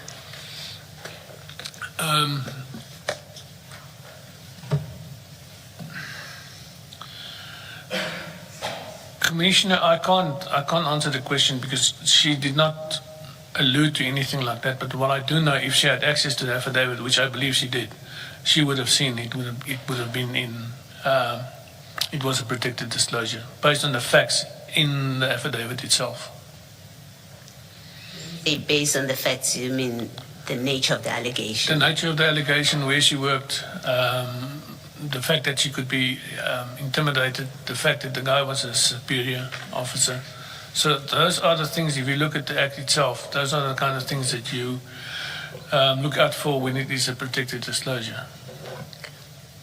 Thank you. Coroner, I prefer the Afrikaans because I'm a Rauki. And I do not prefer the rank because, quite frankly, I'm not a huge fan of the ranks within the police. The English and the Australians prefer Colonel. Yes. In paragraph 12 of your statement, you seem to be suggesting that what Advocate Johnson did amounts to interference with investigation and defeating the ends of justice. What is it about her conduct constitutes, according to you, interference with investigation and defeating the ends of justice? Well, there's Commissioners, there's more than two issues, but the ones that comes to mind is the fact that she would warn a suspect before the time of and provide the statement before that person is entitled to the statement, the suspect is entitled.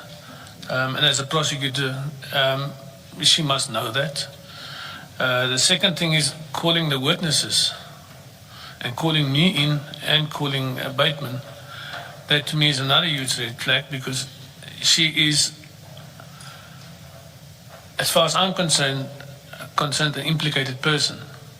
She did not deny that she was duped by Con. She did not say that had I known this was the issue.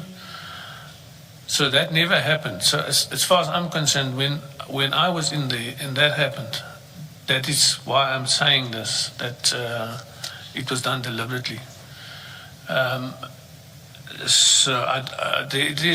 There's more than two things. It's also the effect of a call from someone of her stature to a witness saying to him, I'm giving you a heads up that Hawks is going to come and talk to you. That to me is also not on. And then the second thing is to imply you don't have anything to worry about. It's sort of trying to comfort the guy. But why make the call in the first place? Because you're telling him, actually, you've got something to worry about. So make sure that you say the right thing. That is my inference from the situation itself. Because we don't do things like this when we investigate matters. As an investigating officer, I don't do things like this. So I expect more from a prosecutor when it comes to this kind of action. And then the documents that she would have obtained from Mr. Bateman, I understand that Mr. Bateman at the time was a journalist. That is correct. So is it not fair then to say the documents or the docket or its contents were already in the public domain because the journalist already was in possession of them?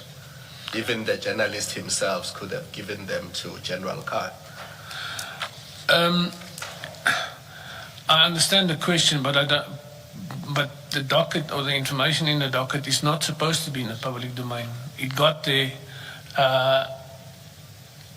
in an unsanctioned format, because if you look at it, Mr. Bateman was not entitled to the documents, so it did not. It's not part of the public domain. The public domain comes when you go to court and the documents are handed up. Then it is public domain. But at that point in time, it's not in the public domain. The fact that you have a source who gave you the documents does not make it in the public domain, not as far as I'm concerned when it comes to a reporter. You can't circumvent the process just because the source gave you the information. So in short, you say even Mr. Bateman was not properly in possession of the docket, and Ms. Johnson should have known that when she received it from him, and she should not have shared it with the with the suspect in the assault complaint. That is correct, Commissioners, and I think what takes it further for me is the fact that she requested that private emails being used, because it was done on her Gmail account. She asked the Colonel to go to her Gmail account, and she also asked the Colonel to delete the emails when it was done. So those things, if it was an above board conversation, you would use your NPA email account. You would request the documents, because you are actually entitled to request documents in her position. But if you want to put a layer between yourself and the request, that is when you go off the grid and you do it that way. She had access to her official email. She did not have to use her Gmail address and did not have to ask the witness to destroy or to delete the emails. So those are the things that is what made it to, that is what informed me of what she did, and in terms of this specific issue. Thank you. On the face of it, subject to an explanation by Advocate Johnson, there appears to be impropriety. Just making a comment. That is correct, Commissioner. There appears to be, and I think to me, and once again, it is It's my opinion. Once again, if there wasn't any impropriety, she would have told me on the 7th. She would have volunteered information saying that I was duped. It might not look good, but it is an explanation. And we could have actually gone after General Khan because what she is allegedly guilty of, he's also allegedly guilty of because he sourced the documents from her. Thank you, thank you.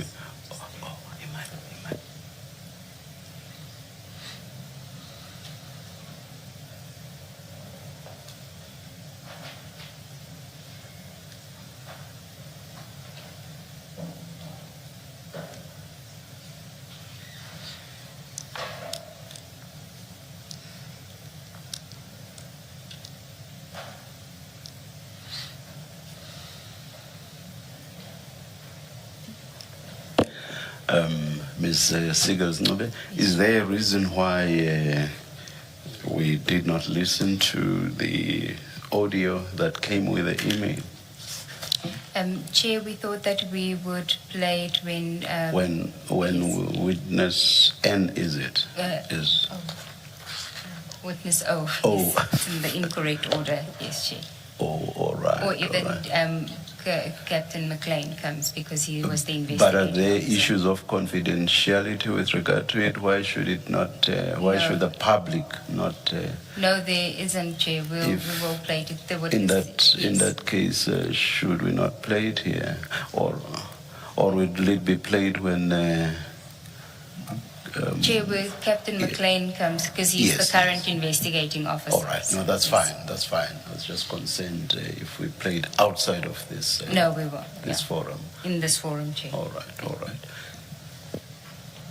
Can I, at the end of paragraph 17, you read what you describe as the irony in the conduct of Advocate Batoyi vis-a-vis Advocate Johnson, that very last part of paragraph 17. Do you, in so many words, consider the conduct of Advocate Batoyi to have been inappropriate in the same way as well? I just want to be clear what it is you're saying about it. I do not know. I wasn't privy to the conversation between her and Advocate Johnson or between her and General Labia. But if she's read the affidavit that was given to her, and I'm talking about Advocate Batoyi, she would have realized that what she is doing then, by showing that affidavit to Advocate Johnson, that is exactly the same that Johnson did with Khan. So I would have expected her to understand the situation, because what I would have expected from her is to appoint a prosecutor, and if she wanted to, institute disciplinary proceedings. That is what I would expect in the circumstances like this. But that didn't happen. So I was never contacted by a prosecutor. So as far as I'm concerned, there was never a prosecutor appointed. And there was no disciplinary proceedings after that as well. I was not contacted by the NPA for disciplinary proceedings. I mean, if you have an affidavit like that in front of you, you have to take some action. So, and the same applies to an explanation. If an explanation was given to her, I was duped. I didn't know what this guy was going to do with this. Then it is the same explanation that I expected her to give me, but it wasn't given to me. So I'm not sure what took place between the two of them, but I am sure that she should have seen the circumstances in respect of the affidavit of the colonel vis-a-vis the circumstances of the affidavit given to General Khan. I guess what I'm trying to get in very clear words so that there is no confusion about this is in respect of Advocate Johnson's conduct to General Khan, as it relates to General Khan, you unequivocally say there was interference with an active investigation. And what I'm seeking to clarify with you is, do you similarly express the same view about Advocate Batoyi's speaking to Advocate Johnson about this investigation that you are now conducting into her behavior, do you consider that to have been an interference in an investigation or not? Commissioner, it's a difficult question to answer because as I was not there, so I do not know her intent. So I only can deduce from the actions what the intent was, and I'm not sure that the intent was to derail the investigation. But if you look at what happened afterwards, the fact that no one was appointed, no disciplinary action was taken, and sharing this document, because she must have realized this is exactly the same situation that Advocate Johnson is finding herself in. So under those circumstances, I have no doubt that, let me classify it, she made exactly the same mistake, if you want to call it a mistake, because it's not a mistake, as Advocate Johnson did by her actions. Thank you.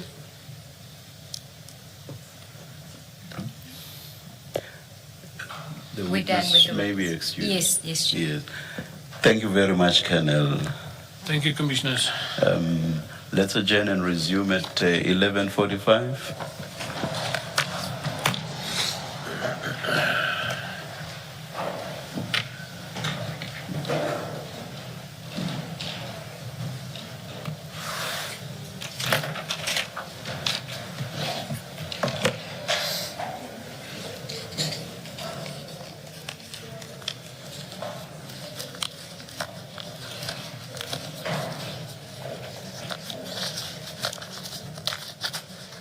Hello.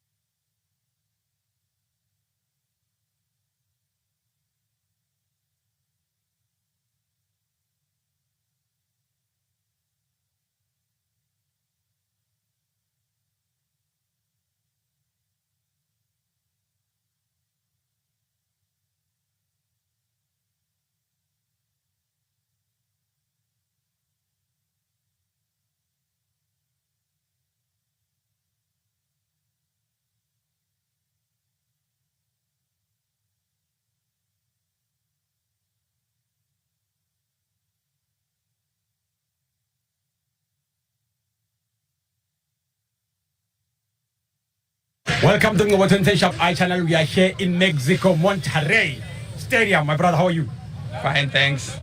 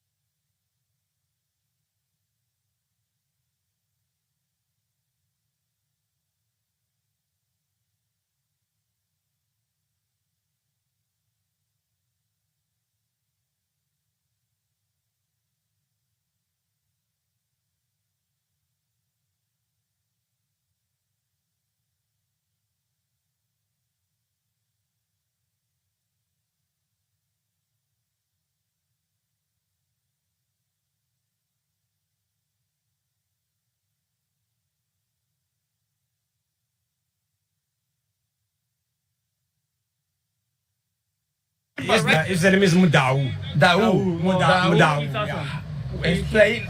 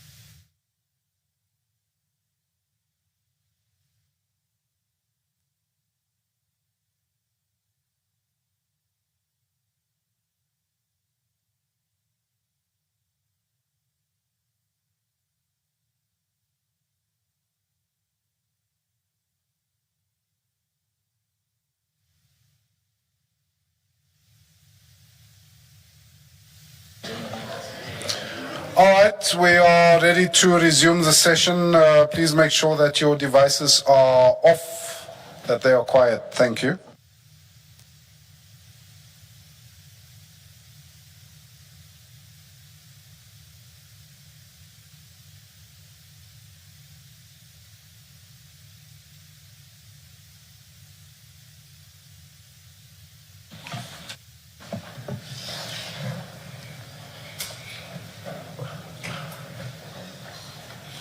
Is it still you? Yes, yes, Chief? Yes. Good morning, Captain McLean. Good morning, Commissioners. Do you pronounce it McLean? McLean, not toothpaste, McLean, but the A.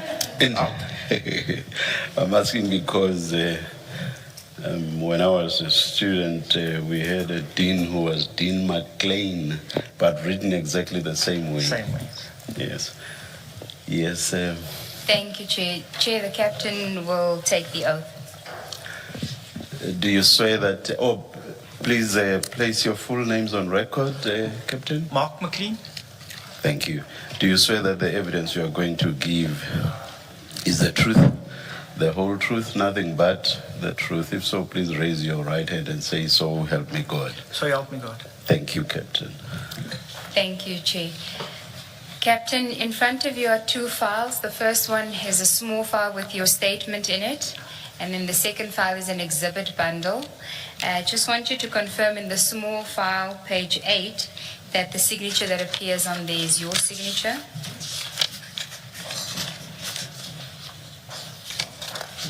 That's correct. And do you confirm that the statement was prepared for purposes of your evidence today? Correct. Do you confirm the correctness of the contents of the statement? It's correct, Commissioner. Thank you.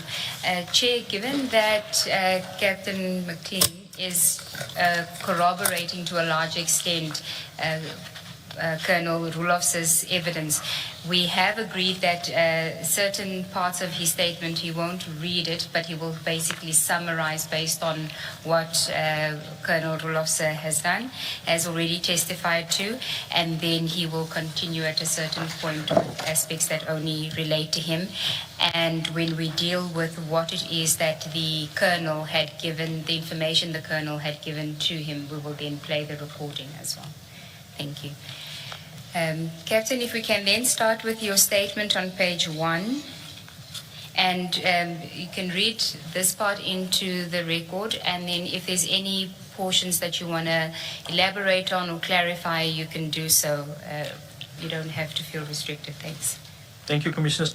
I am a member of the South African Police Services with the rank of a captain attached to the Directorate of Priority Crimes Investigation, also known as the Hawks.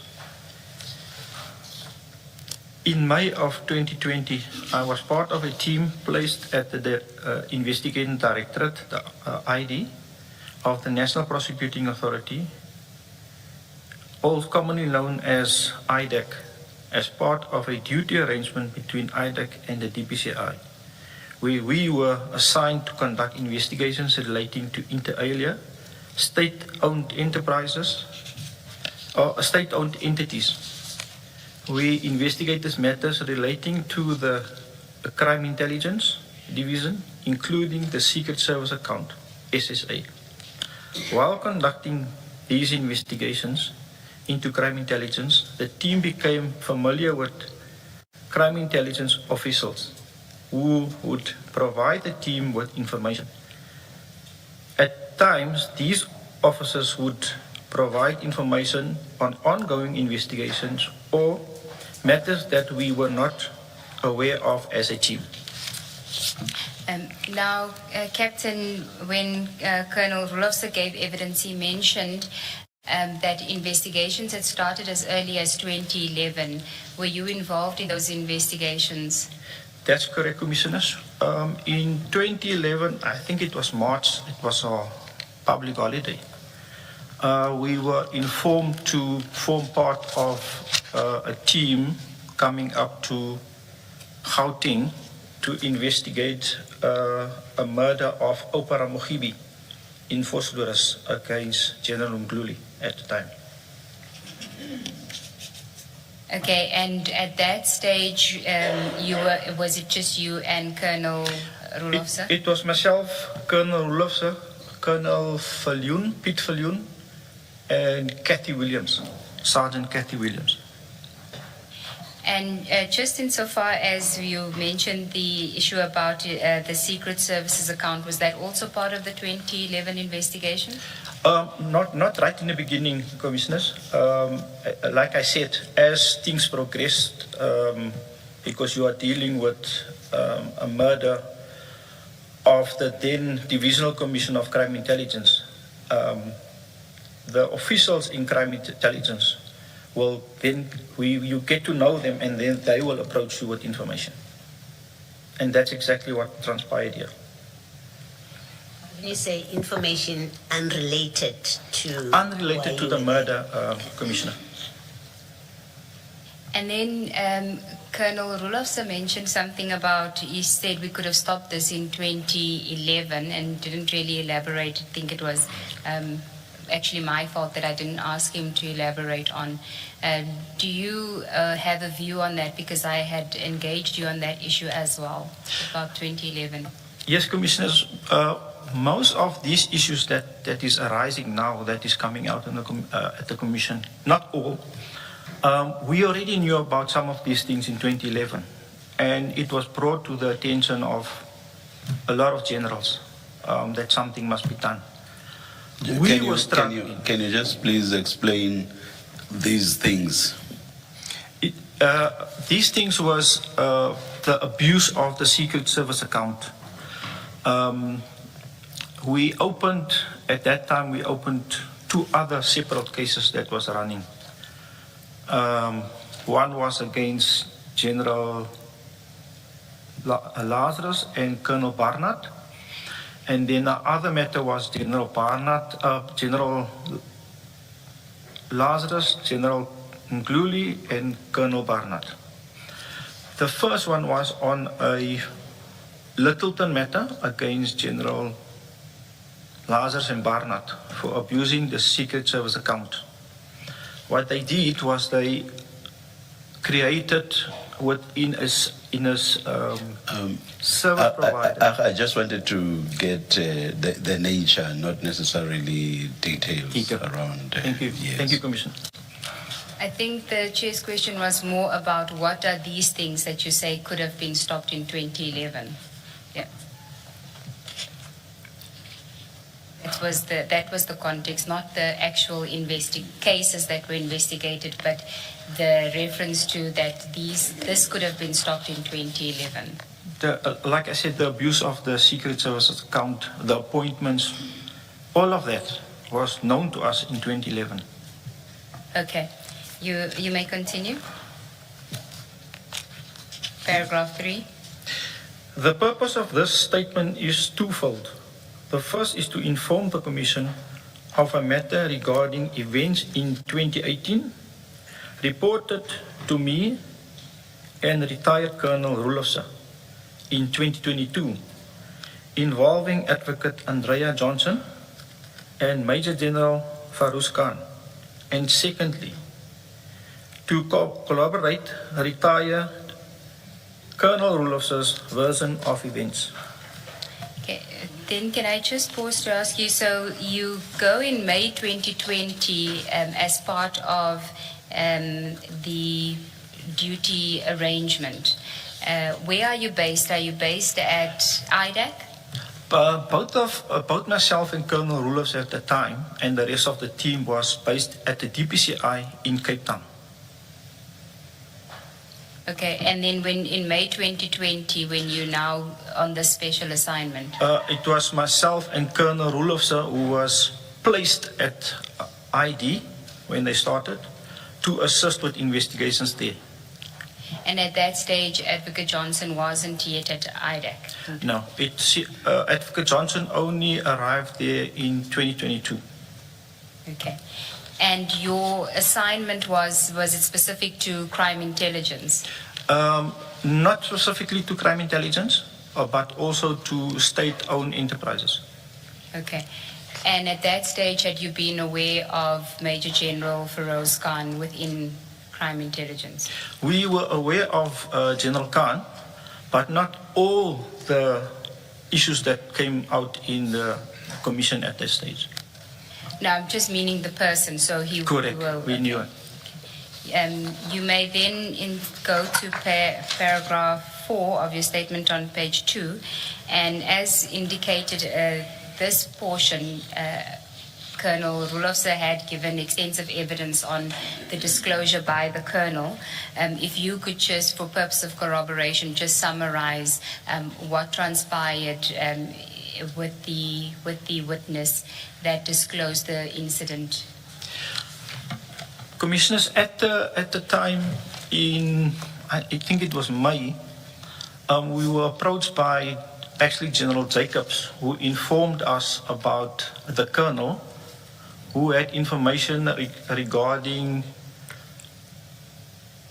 an incident that took place in 2018 relating to Major General Khan and Advocate Johnson.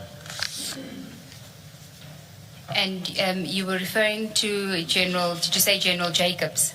It was referred to us by General Jacobs. And General Jacobs was... He was the head of the Division for Crime Intelligence at the time. The Colonel was working under him in his office as a staff officer. Okay, continue. We then approached the Colonel, and like Colonel Roelofse testified, we then requested a statement with all the necessary documents recording that she had that was sent to her. And just briefly tell us what it is that she had communicated to you. She informed us that in July of 2018, the 4th of July of 2018, she was in her office and Major General Khan was also there, but he was in a boardroom not far from her office, next to. He was in a meeting. He came to her office with his cell phone. He was talking to some person on the cell phone. He then informed the Colonel that it is Andrea on the phone, and that he then handed his phone to the Colonel.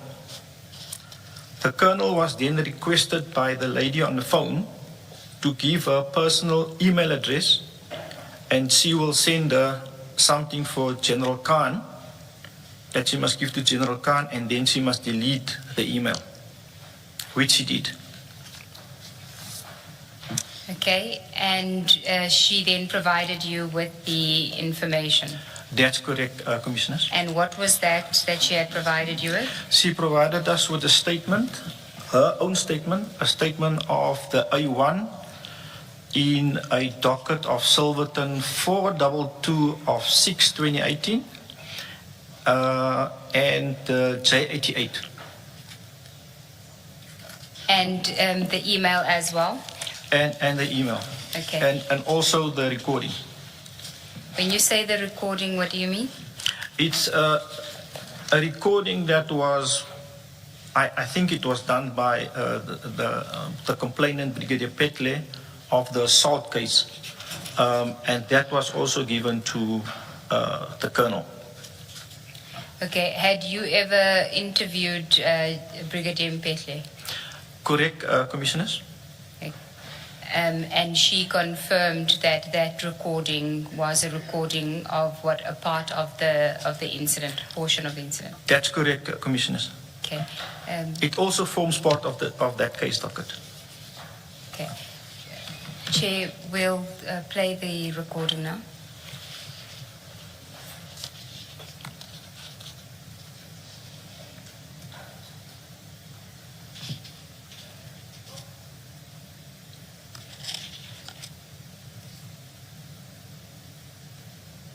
For your company and your workforce. When you're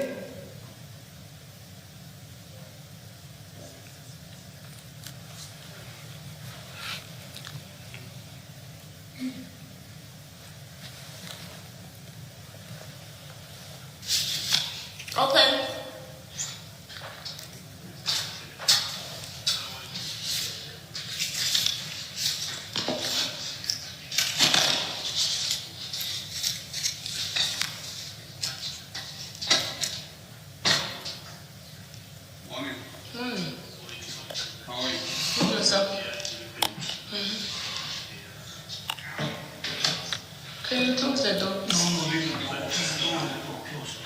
Why? What my reasons? But what will be the reasons? No, leave it. No, but you come here into my office and you just leave the door wide open. Close the door?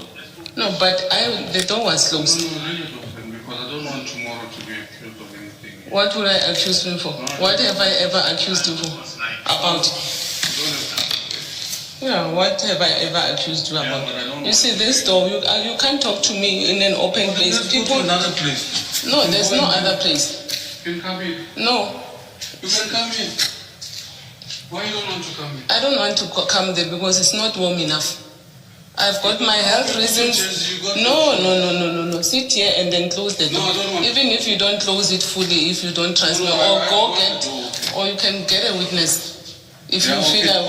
Call your witness. So you witness what I Then you'll wait until I call my witness then. I don't need to listen. But you say call your witness, so how do I call when you're walking out?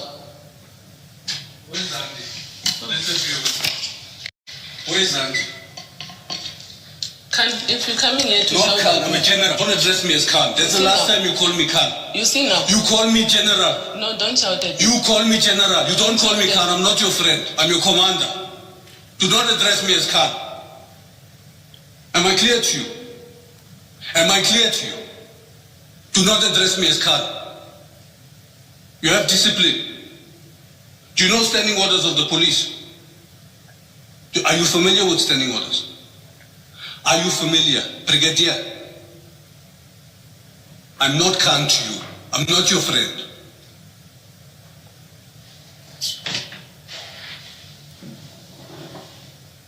Where were you this morning? I'm here from 7:30. Why were you not at work? Answer me. Where were you this morning? What time do you start work? You're not going to talk. The pen is very powerful. You have lots of issues at the moment. You want me to add to them? Brigadier, you want me to add to your issues? I need to know where were you?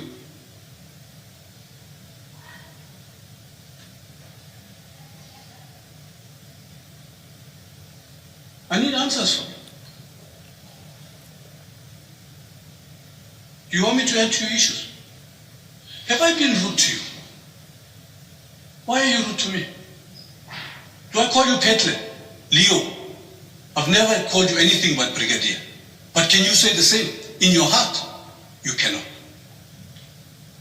Do some introspection and find out why these things are happening to you. Okay? You come to my office tomorrow morning at 7:30. I'll see you at the door. Bring your witness, please.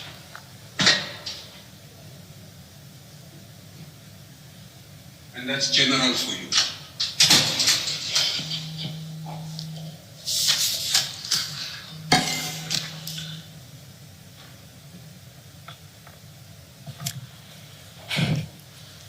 Thank you, Chair. That's the audio.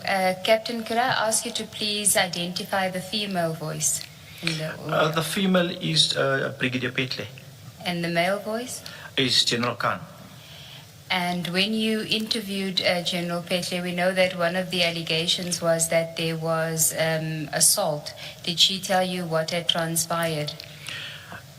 Commissioners, see, we didn't go into detail of what transpired because I have had listened to the recording and read a statement. So we basically just went over a statement of what transpired, and she confirmed what was in her A1 statement at the time. And to you, what did she say was the assault?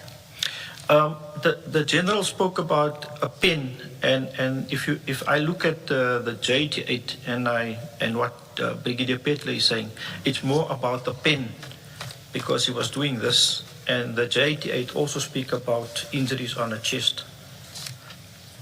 And what's the description of the injuries? It just shows that there's marks, like if somebody pierces you with a pen, that is the type of injuries that shows on the J88. On page 17 of the exhibit bundle.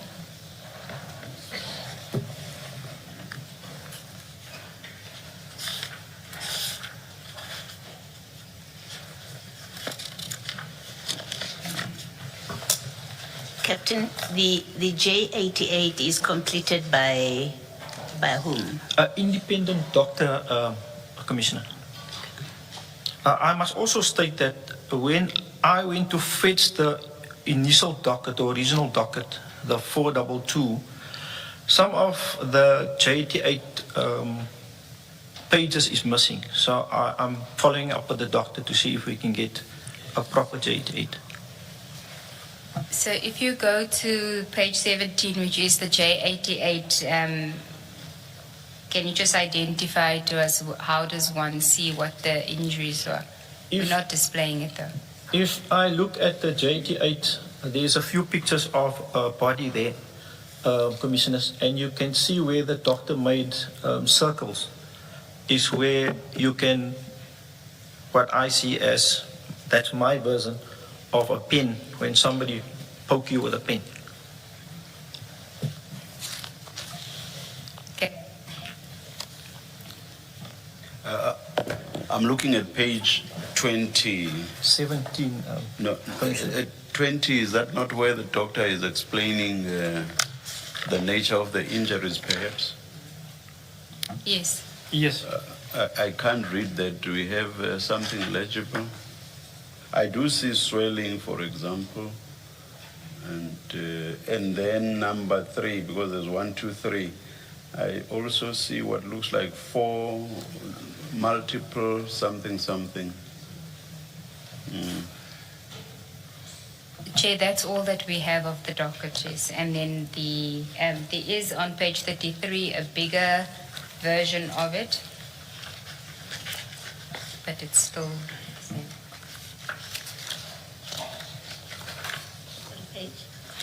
Page 33, I think it says 1 swelling on the upper part of the middle left forearm. That's at 1. And then it gives I guess, as the size of it, plus minus 2.2. Can't see what that is.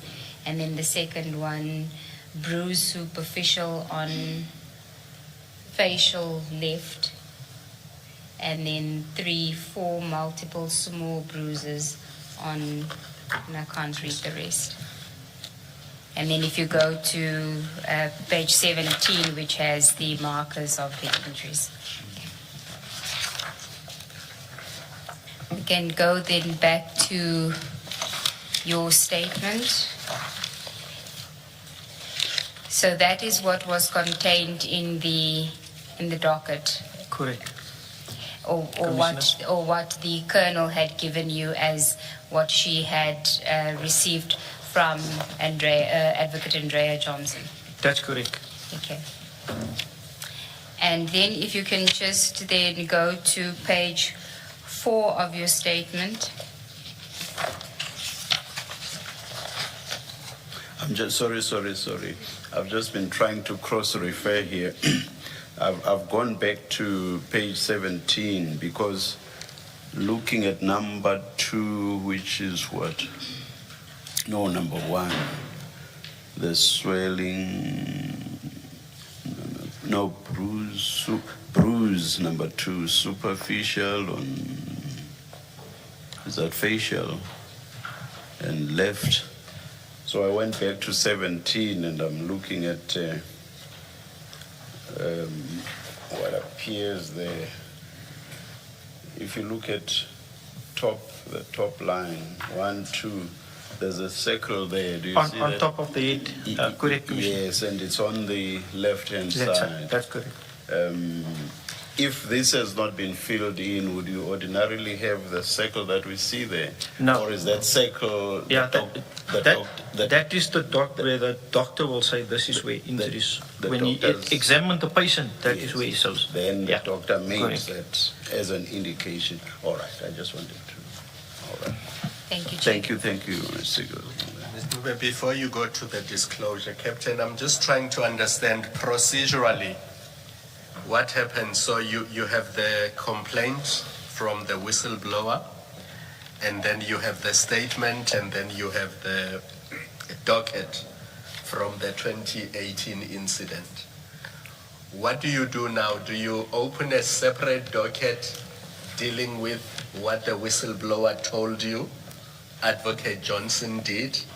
What exactly do you do? Is that a new case or you open a new docket? Correct, Commissioner. What do you do? So what we did in this case, with any other case, we don't use the original case docket that is there. We try to preserve that as it is for the court to see what was in that case docket. So what we did in this case, we opened an inquiry into the matter. And in that inquiry, I didn't even want to place the statement of the colonel in that inquiry. I just wrote up the investigating diary, although I know I had the original statement. So that is how we proceeded with this. So you open an inquiry and then it has an inquiry number? Yes, 8 of 9/2022. Do you investigate it as a criminal offense? What do you investigate it as? It's as a normal criminal offense, but it's just an inquiry at that stage until you have all the evidence all the statements, and then open a case docket. Let me tell you where I'm going with this so that you can understand me. There's a suggestion by a witness before you that once your investigation started, how the content of the whistleblower statement was shared between DPCI and the NPA and Advocate Johnson may in itself have been improper. So what I'm trying to understand is, if it's a normal inquiry as opposed to a criminal investigation, is there anything untoward with the statement being shared between various units or institutions? We don't have an issue because we requested, the reason we gave that copy of the statement to General Labia is to request a prosecutor from the MPA to assist us, to guide us in the investigation, and also to get our Section 205s authorized, because otherwise we couldn't get anything done. That's the only reason we did it that way. Right. But there's nothing untoward. But where it becomes a problem... Sorry, I know Advocate Ngcobo is getting to that. I just needed to understand, is it a criminal investigation or it's an inquiry? It's the difference between the two, you've clarified. It's a criminal investigation. The one is, it's just got an inquiry number, and the other will have a case number when the investigation is finalized. Thank you, Captain. Page 4 of your statement, the investigation. Paragraph 10, you can read there.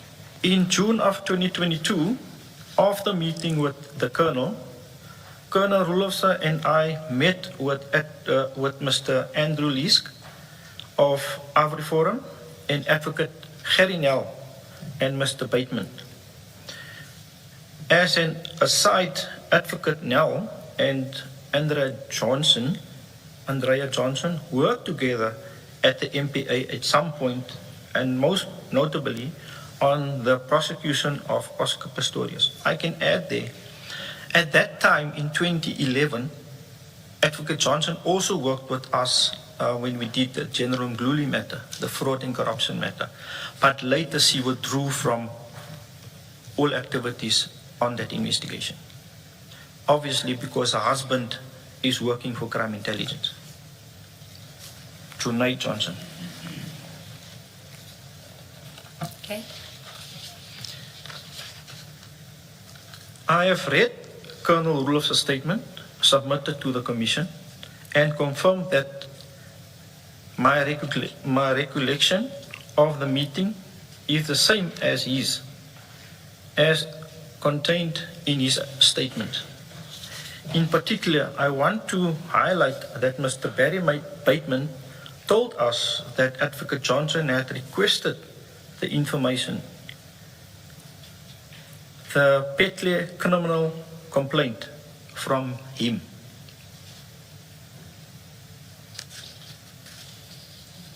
I note that in his statement that I obtained from Mr. Bateman on the 23rd of June 2026, he stated he does not have a recollection of the circumstances that led to him sending the information to Advocate Johnson. However, he can only infer that it was following a discussion and response to a request from Advocate Johnson. This, together with Mr. Bateman's recollection of reluctance to provide a statement when same was requested in 2022, suggests to me that Mr. Bateman is aware that Advocate Johnson's request to him was not innocuous. Yeah. Now, can I just ask you, at the time when you asked Mr. Bateman for his statement in June 2022, had he prepared something? Did he give an undertaking that he would prepare a statement? Why did it take 4 years to secure that statement? We did have, Colonel Roelofse did get a draft statement from Mr. Barry Bateman. But there was questions that we had relating to the events and how it occurred. And we wanted his downloads of his of the cell phone. But when Advocate Johnson were informed by Advocate Batoy, and he received a call from Advocate Johnson, I think it was for that reason that we couldn't finalize his statement at that point in time. But what do you mean by that? I mean, you're just leaving it hanging in the air. What do you mean that is the reason that it took so long to get the statement from him? I can just say that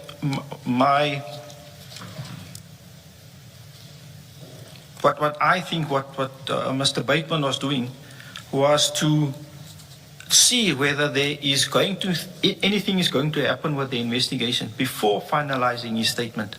Because if I was in his shoes and he's trusting the police, he is informing us of the information that he received or the request that he received.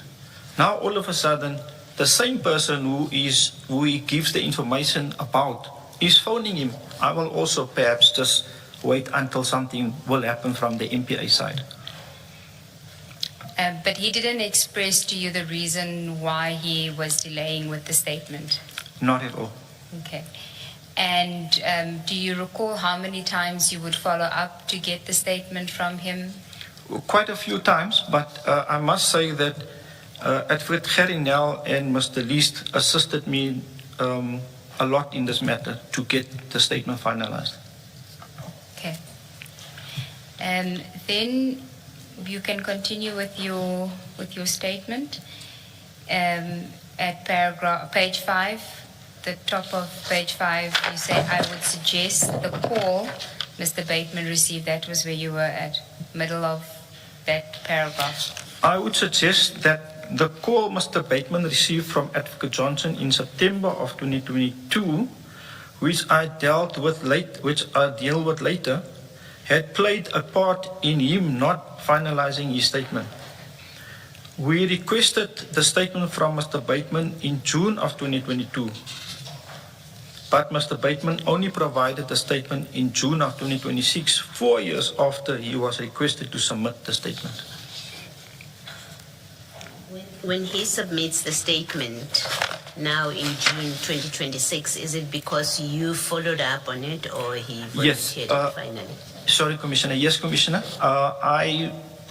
After I now received or I requested a prosecutor and there was a promise of a prosecutor, I then requested Mr. 𝗓𝗓𝗟𝗟𝗓 and Andrew Lees again to assist me to get the statement done, because we need to give it to the prosecutor so they can have a picture of what transpired. Okay, continue with your statement. I think it's paragraph 30. In August of 2022, we received the statement from the Colonel setting out events of 4 July 2018. At this stage, Advocate Johnson was the head of IDAC, where I was placed, even though I was attached to the DPCI. We could not approach Advocate Johnson given the allegations of interference and defeating the ends of justice. At that stage, I had also obtained the assault and intimidation docket to establish whether the information of the colonel was indeed the A1 statement, the J88 and audio file of the incident. I confirm that what the colonel gave us matched the information contained in the docket. According to SAP's records, on 15 December 2021, the MPA informed the investigating officer that it would not prosecute the assault and intimidation case against General Khan. And on the 13th of January 22, the docket has been withdrawn. Then on the next topic, if I could just ask you, it's Advocate Johnson's knowledge of the allegations against her, that you weren't personally involved in the meeting between Advocate Johnson and Colonel Rulofsa, or his approach, Colonel Rulofsa's approach to General Labia, correct? Correct. I was not personally involved. I didn't attend the meeting with Colonel Rulofsa with General Labia commissioners. And then, do you know whether General Labia did give the Colonel's affidavit to Advocate Batoy? Commissioners, what I can say about this, because I recently interviewed General Labia, I asked him about the incident and whether he can remember any of such that happened. At that stage, General Labia couldn't remember, and he requested me to get his diary from his office, his old office, which I did. I saw that there was indeed a meeting on the 2nd of September 2022 with the NDPP, although there is no reference to what the meeting was all about. Okay, and have you obtained the copy of the diary? That's correct, Commissioners. Okay. Unfortunately, I asked my office permission to share it with the Commission, and they never replied to me in an email. Okay, and then at paragraph 15, this is you weren't involved in like I said, the meeting between Colonel Rulofsa and Advocate Johnson. But did Colonel Rulofsa tell you what transpired in that meeting? I can confirm that Colonel Rulofsa was approached by Advocate Johnson and what transpired on that specific day. And does what he says transpire accord with what he told you at the time? You heard his evidence. Does it? That's correct, Commissioner. Then if I could ask you to then read from paragraph 16 on page 7 of your statement. Both Advocate Batoy and Advocate Johnson are well aware of the potential serious consequences of their conduct, which has the potential to compromise the investigation and place the safety of whistleblowers like the Colonel at risk. Had it not been for the Colonel's decision not to delete the email from Advocate Johnson to her and then to come forward with the information, we have never would have known as a senior prosecutor and now the head of IDEC had furnished a suspect with the contents of a docket when he was not entitled to this information at that time. You say at the beginning of that paragraph, both Advocate Batoy and Johnson are well aware of the serious consequences of their conduct. So you are saying Advocate Batoy discussing this matter with Advocate Johnson would have had consequences for the case. Can you just explain that? Commissioner, yes. The very same thing that we are accusing or saying Advocate Johnson did by supplying a person of interest with a copy of a docket to prepare himself and to prepare himself to make a statement to tailor the evidence that is there in the case docket. It's exactly the same what Advocate 𝗏𝗏𝗏𝗏 did to Advocate Johnson at that time. Yes. Maybe then, just to be clear, explain what you say in paragraph 14, right at the end. This is where you discuss the meeting of General Libya and the NDPP. And you say in the last sentence, I think it is likely that General Libya met Advocate 𝗏𝗏𝗏𝗏 on that day and gave a copy of the coroner's statement, which is what we expected him to do. Can you just explain that in your own words when you say General Libya was expected to give it? What would have been the purpose of him giving this to Advocate 𝗏𝗏𝗏𝗏? Commissioner, yes. The purpose of giving the statement to, a copy of the statement to Advocate 𝗏𝗏𝗏𝗏, well, the sole purpose of that is so that Advocate 𝗏𝗏𝗏𝗏 can be in a position to see for herself and read for herself the statement and the implications and of what Advocate Johnson did. It was not given to her with the purpose of sharing it with a person of interest. Definitely not. Commissioners. Yeah, I mean, it seems there may have been, you give it to her for purposes of making the decision about appointing a prosecutor or for her to institute disciplinary action. Was that the second part? Was it ever in the contemplation when you gave it to her? In which case, it would explain why she would discuss it with Advocate Johnson. Commissioner, at that point, we only wanted a prosecutor to see whether what is told to us is indeed so that we can get cell phone records and see if we can corroborate what the witness is talking about. That's the sole purpose of. Thank you. I want to, Captain, follow up from that. In paragraph 12 and 15 of your statement, so obviously you talk about the meeting between General Libya and Advocate 𝗏𝗏𝗏𝗏𝗏 on the 2nd of September. But then in paragraphs 12 and 15, you talk about Advocate Johnson speaking to Mr. Bateman after she is made aware of this whistleblower complaint or the statement. Now, my understanding is that once there is such a complaint, Mr. Bateman would be a witness or a potential witness. That's correct, Commissioner. Now, would it be proper for Advocate Johnson, when the complaint is against her, to be talking to witnesses and assuring them that they have nothing to worry about and this is not... sorry, Commissioner, that is where we are saying the interference came, Commissioner. Why will you, knowing that you are a person of interest, you know the witness, why will you now go and approach the witness?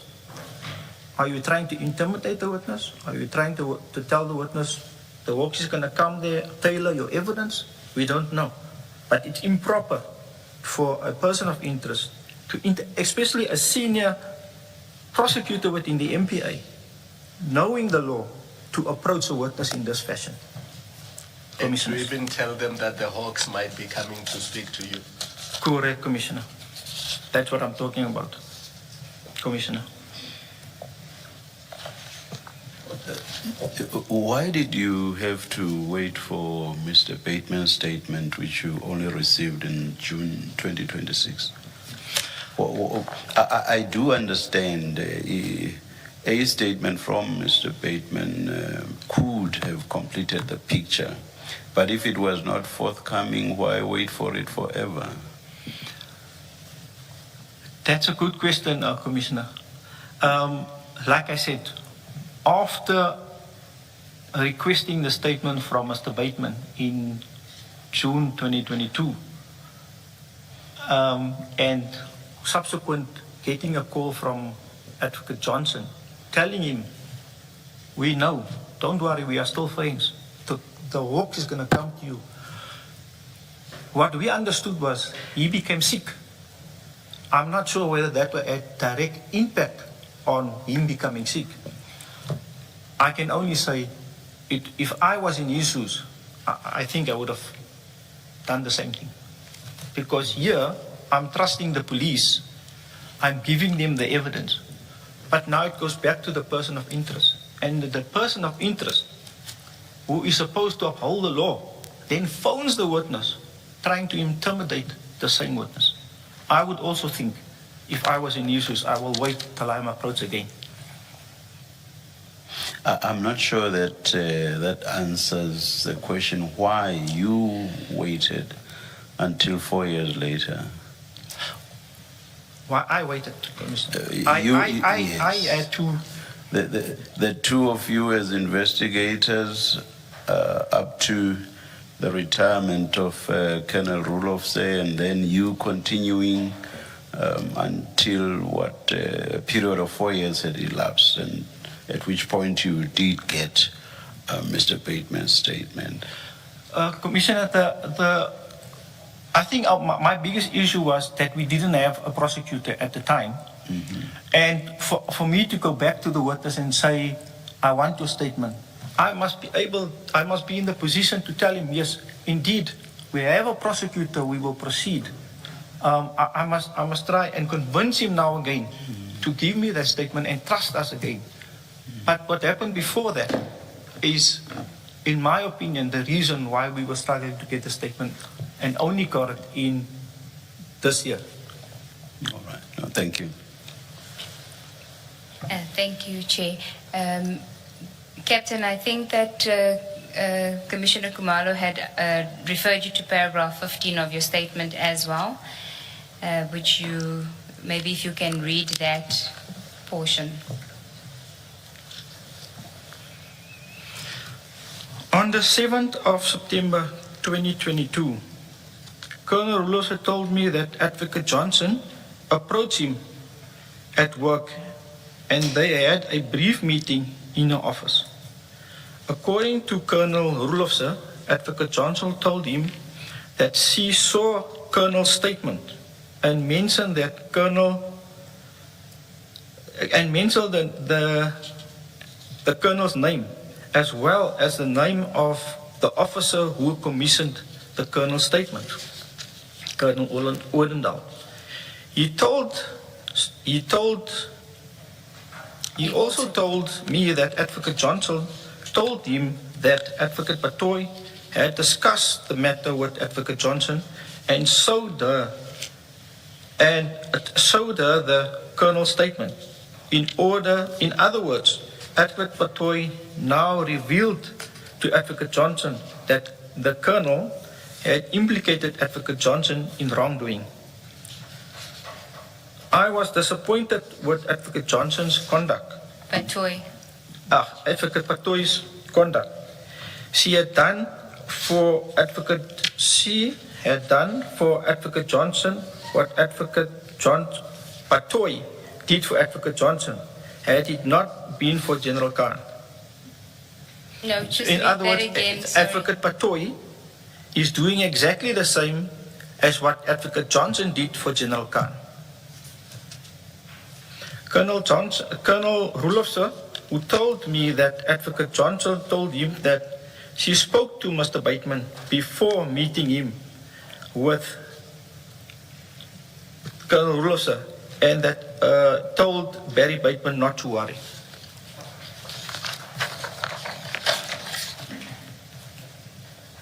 And then we were at 16, so maybe you can just then read from paragraph 17. If Advocate Johnson was of the view that the contract was proper, conduct was proper, she would have sent the information directly to General Khan in her professional capacity as a senior prosecutor using a work email address.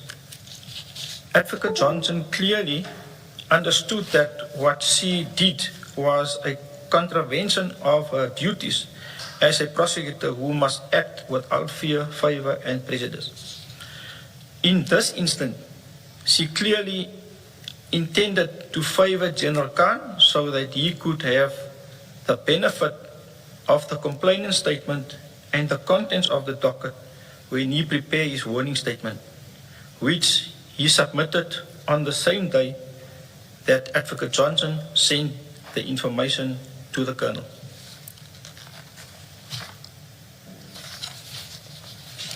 Colonel also informed me of a discussion he had with Mr. Lees on the 5th or the 6th of September 2022 before he met with Advocate Johnson on the 7th of September 2022.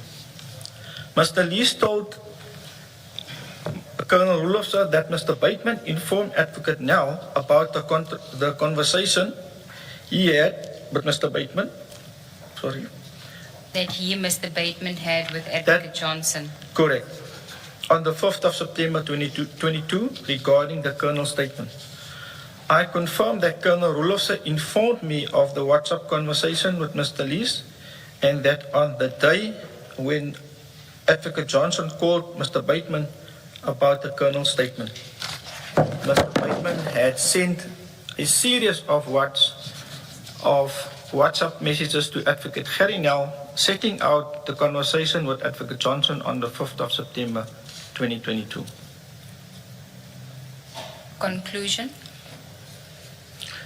After Colonel Roelofse retired at the end of January 2025, the docket was assigned to me.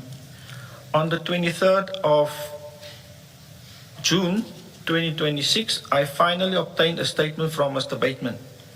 My opinion of Mr. Bateman's statement is that he is trying to downplay the series of Advocate Johnson's conduct. The seriousness of Advocate Johnson's conduct by saying that he saw nothing unusual about sending the information to Advocate Johnson and that he had no reason to question her integrity or intentions. Be as it may, a prosecutor has now been assigned to the case. After Colonel Roelofse retired, I was unable to secure a suitable prosecutor for the case to progress the matter insofar as Advocate Johnson is concerned. What was the problem in that regard? Excuse me? What was the problem in that regard? You say after Colonel Roelofse's retirement, you were unable to secure a suitable a suitable prosecutor. What was the difficulty? Commissioner, I had to wait for Advocate Patoy to vacate a post before I could approach the MPA again for a prosecutor. Okay, all right, thank you. Why do you say that? Why do you say you had to wait for her? Because of what happened to us in 2022 when Colonel Roelofse approached General Labia to approach Advocate Patoy, and subsequent to that, Colonel or Advocate Johnson then spoke to our witnesses. Okay. Maybe you need to explain what was different this time when you went to the NDPP in May this year. What was different to what happened in August 2022? There was a new NDPP appointed at the MPA. That was the difference. We didn't have Advocate Patoy there anymore. But did the new NDPP know that he has to appoint a prosecutor, or did you have to make representations to him? We first had to approach him and explain to him about the investigation. In actual fact, after approaching the new NDPP was approached via other prosecutors. It was only yesterday that a meeting could take place between myself and some of the prosecutors at the MPA. And then only now there is movement on the matter. It was only yesterday afternoon at 2 o'clock.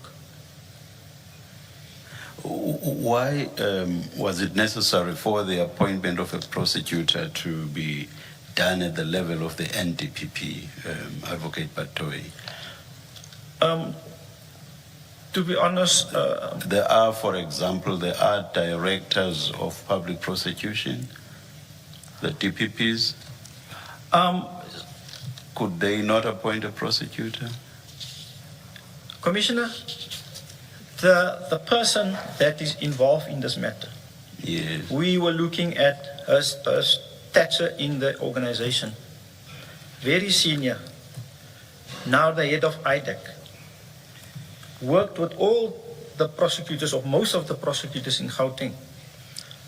The only way and the only reason we waited for the new NDPP is to get us someone that is not in this province, that doesn't know Advocate Johnson, or didn't work with her much to assist us with this prosecution.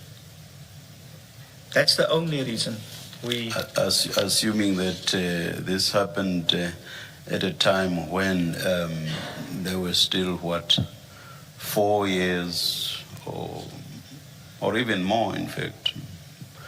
And NDPP is there for 7 years. Let's say everything had happened, or rather the beginning of everything had happened when 7 years of Advocate Batoyi's period was still to run. Would you have waited for 7 years? To be quite honest, we were actually, we didn't know what to do at the time, Commissioner. And even after she left, our only hope was to see the new NDPP and to get a prosecutor to assist us to take this case forward.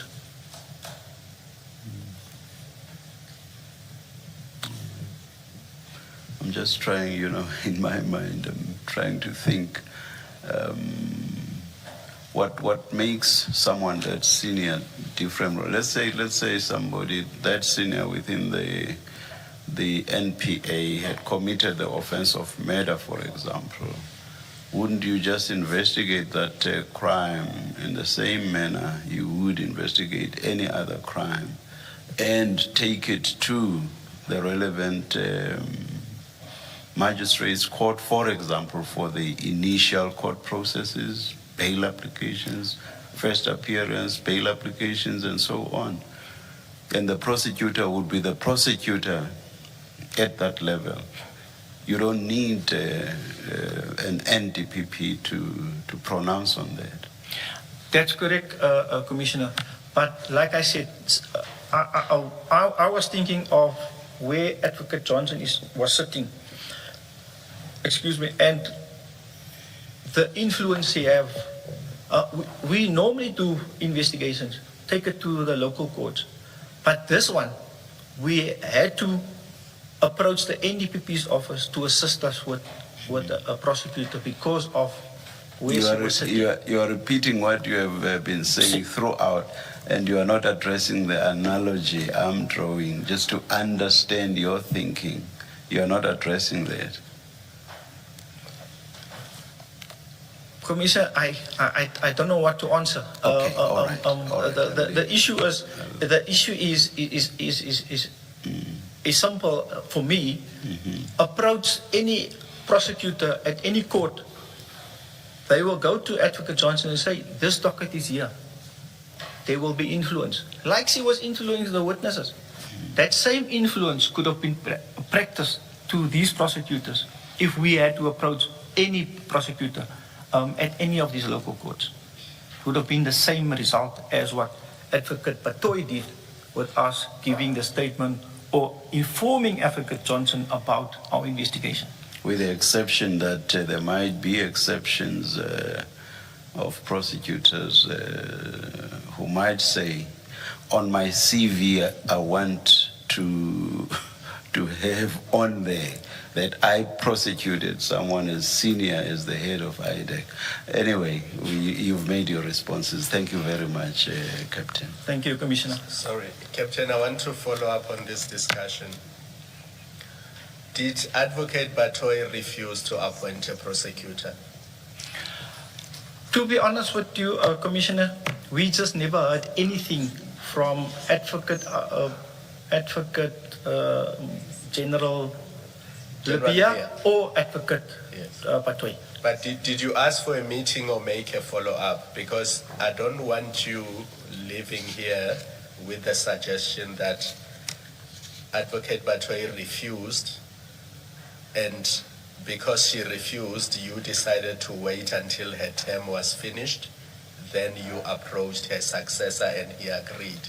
So it's just not clear to me what happened after you correctly gave the docket or the inquiry to your Superior General Libya. He engaged with Advocate Batoy with a view to her appointing a prosecutor, but you never received feedback that she refuses to appoint a prosecutor. That's correct, Commissioner. We never got any response from our office. And because of, I don't want to say because of Colonel Roloff that was interacting with General Bia, he should have gone back.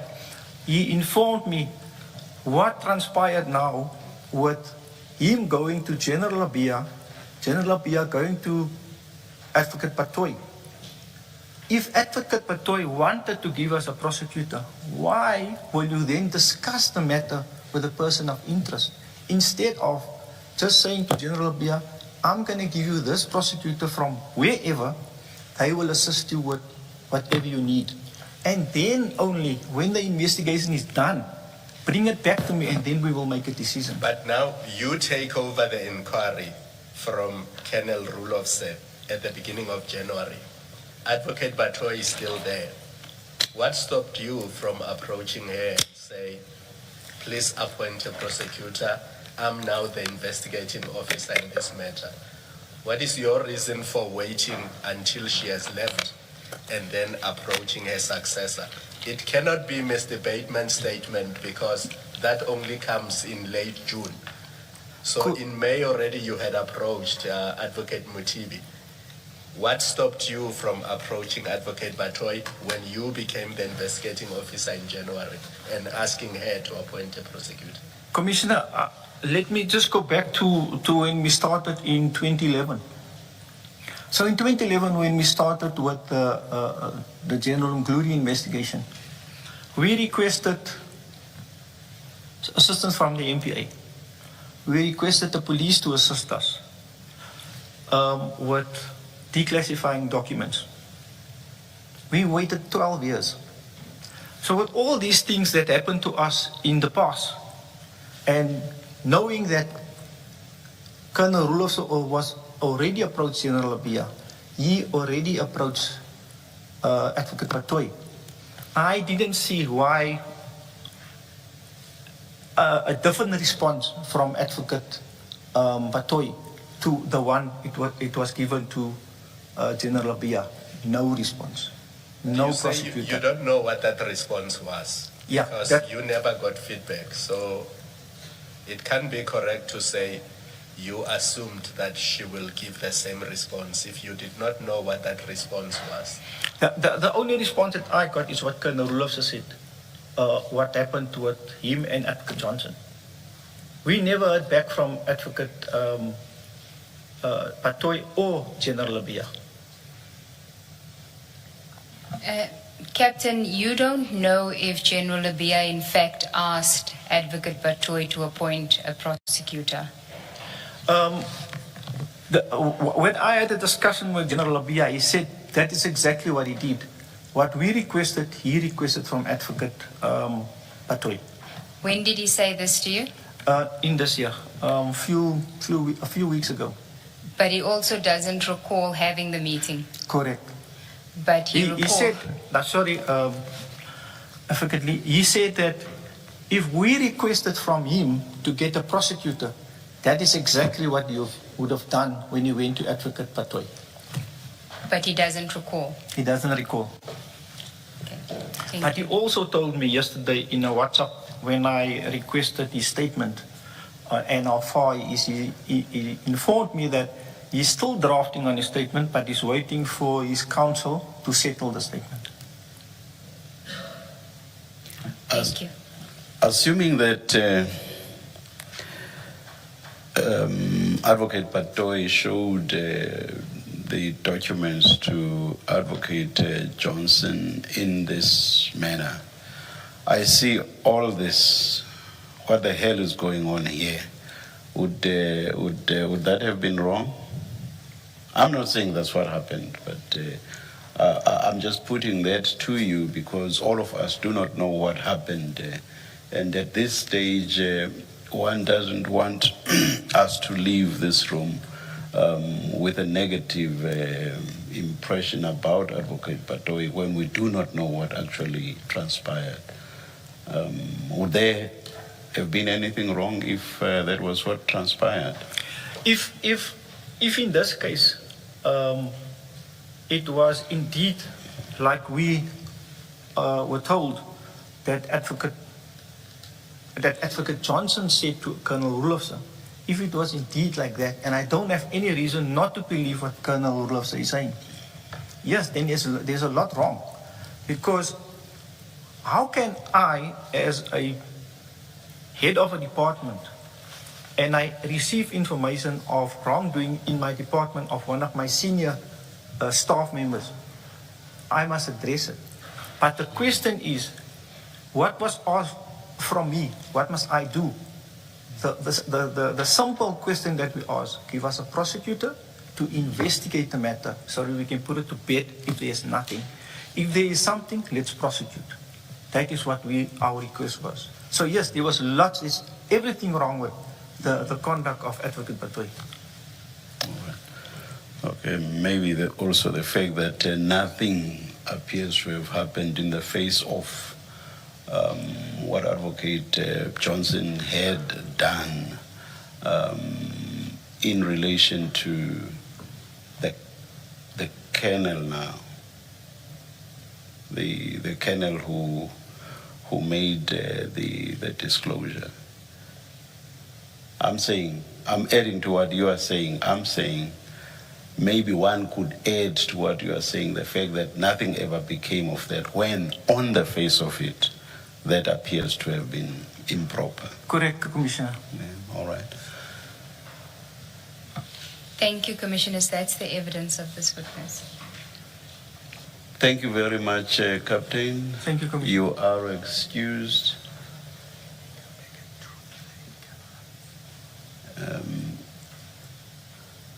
And we adjourn to come back at 2 p.m.? Yes, Chair, because the next witness is the in-camera witness, partial in-camera witness. But we are going to be here. Yes, Chair. Let's adjourn and resume at 2 p.m.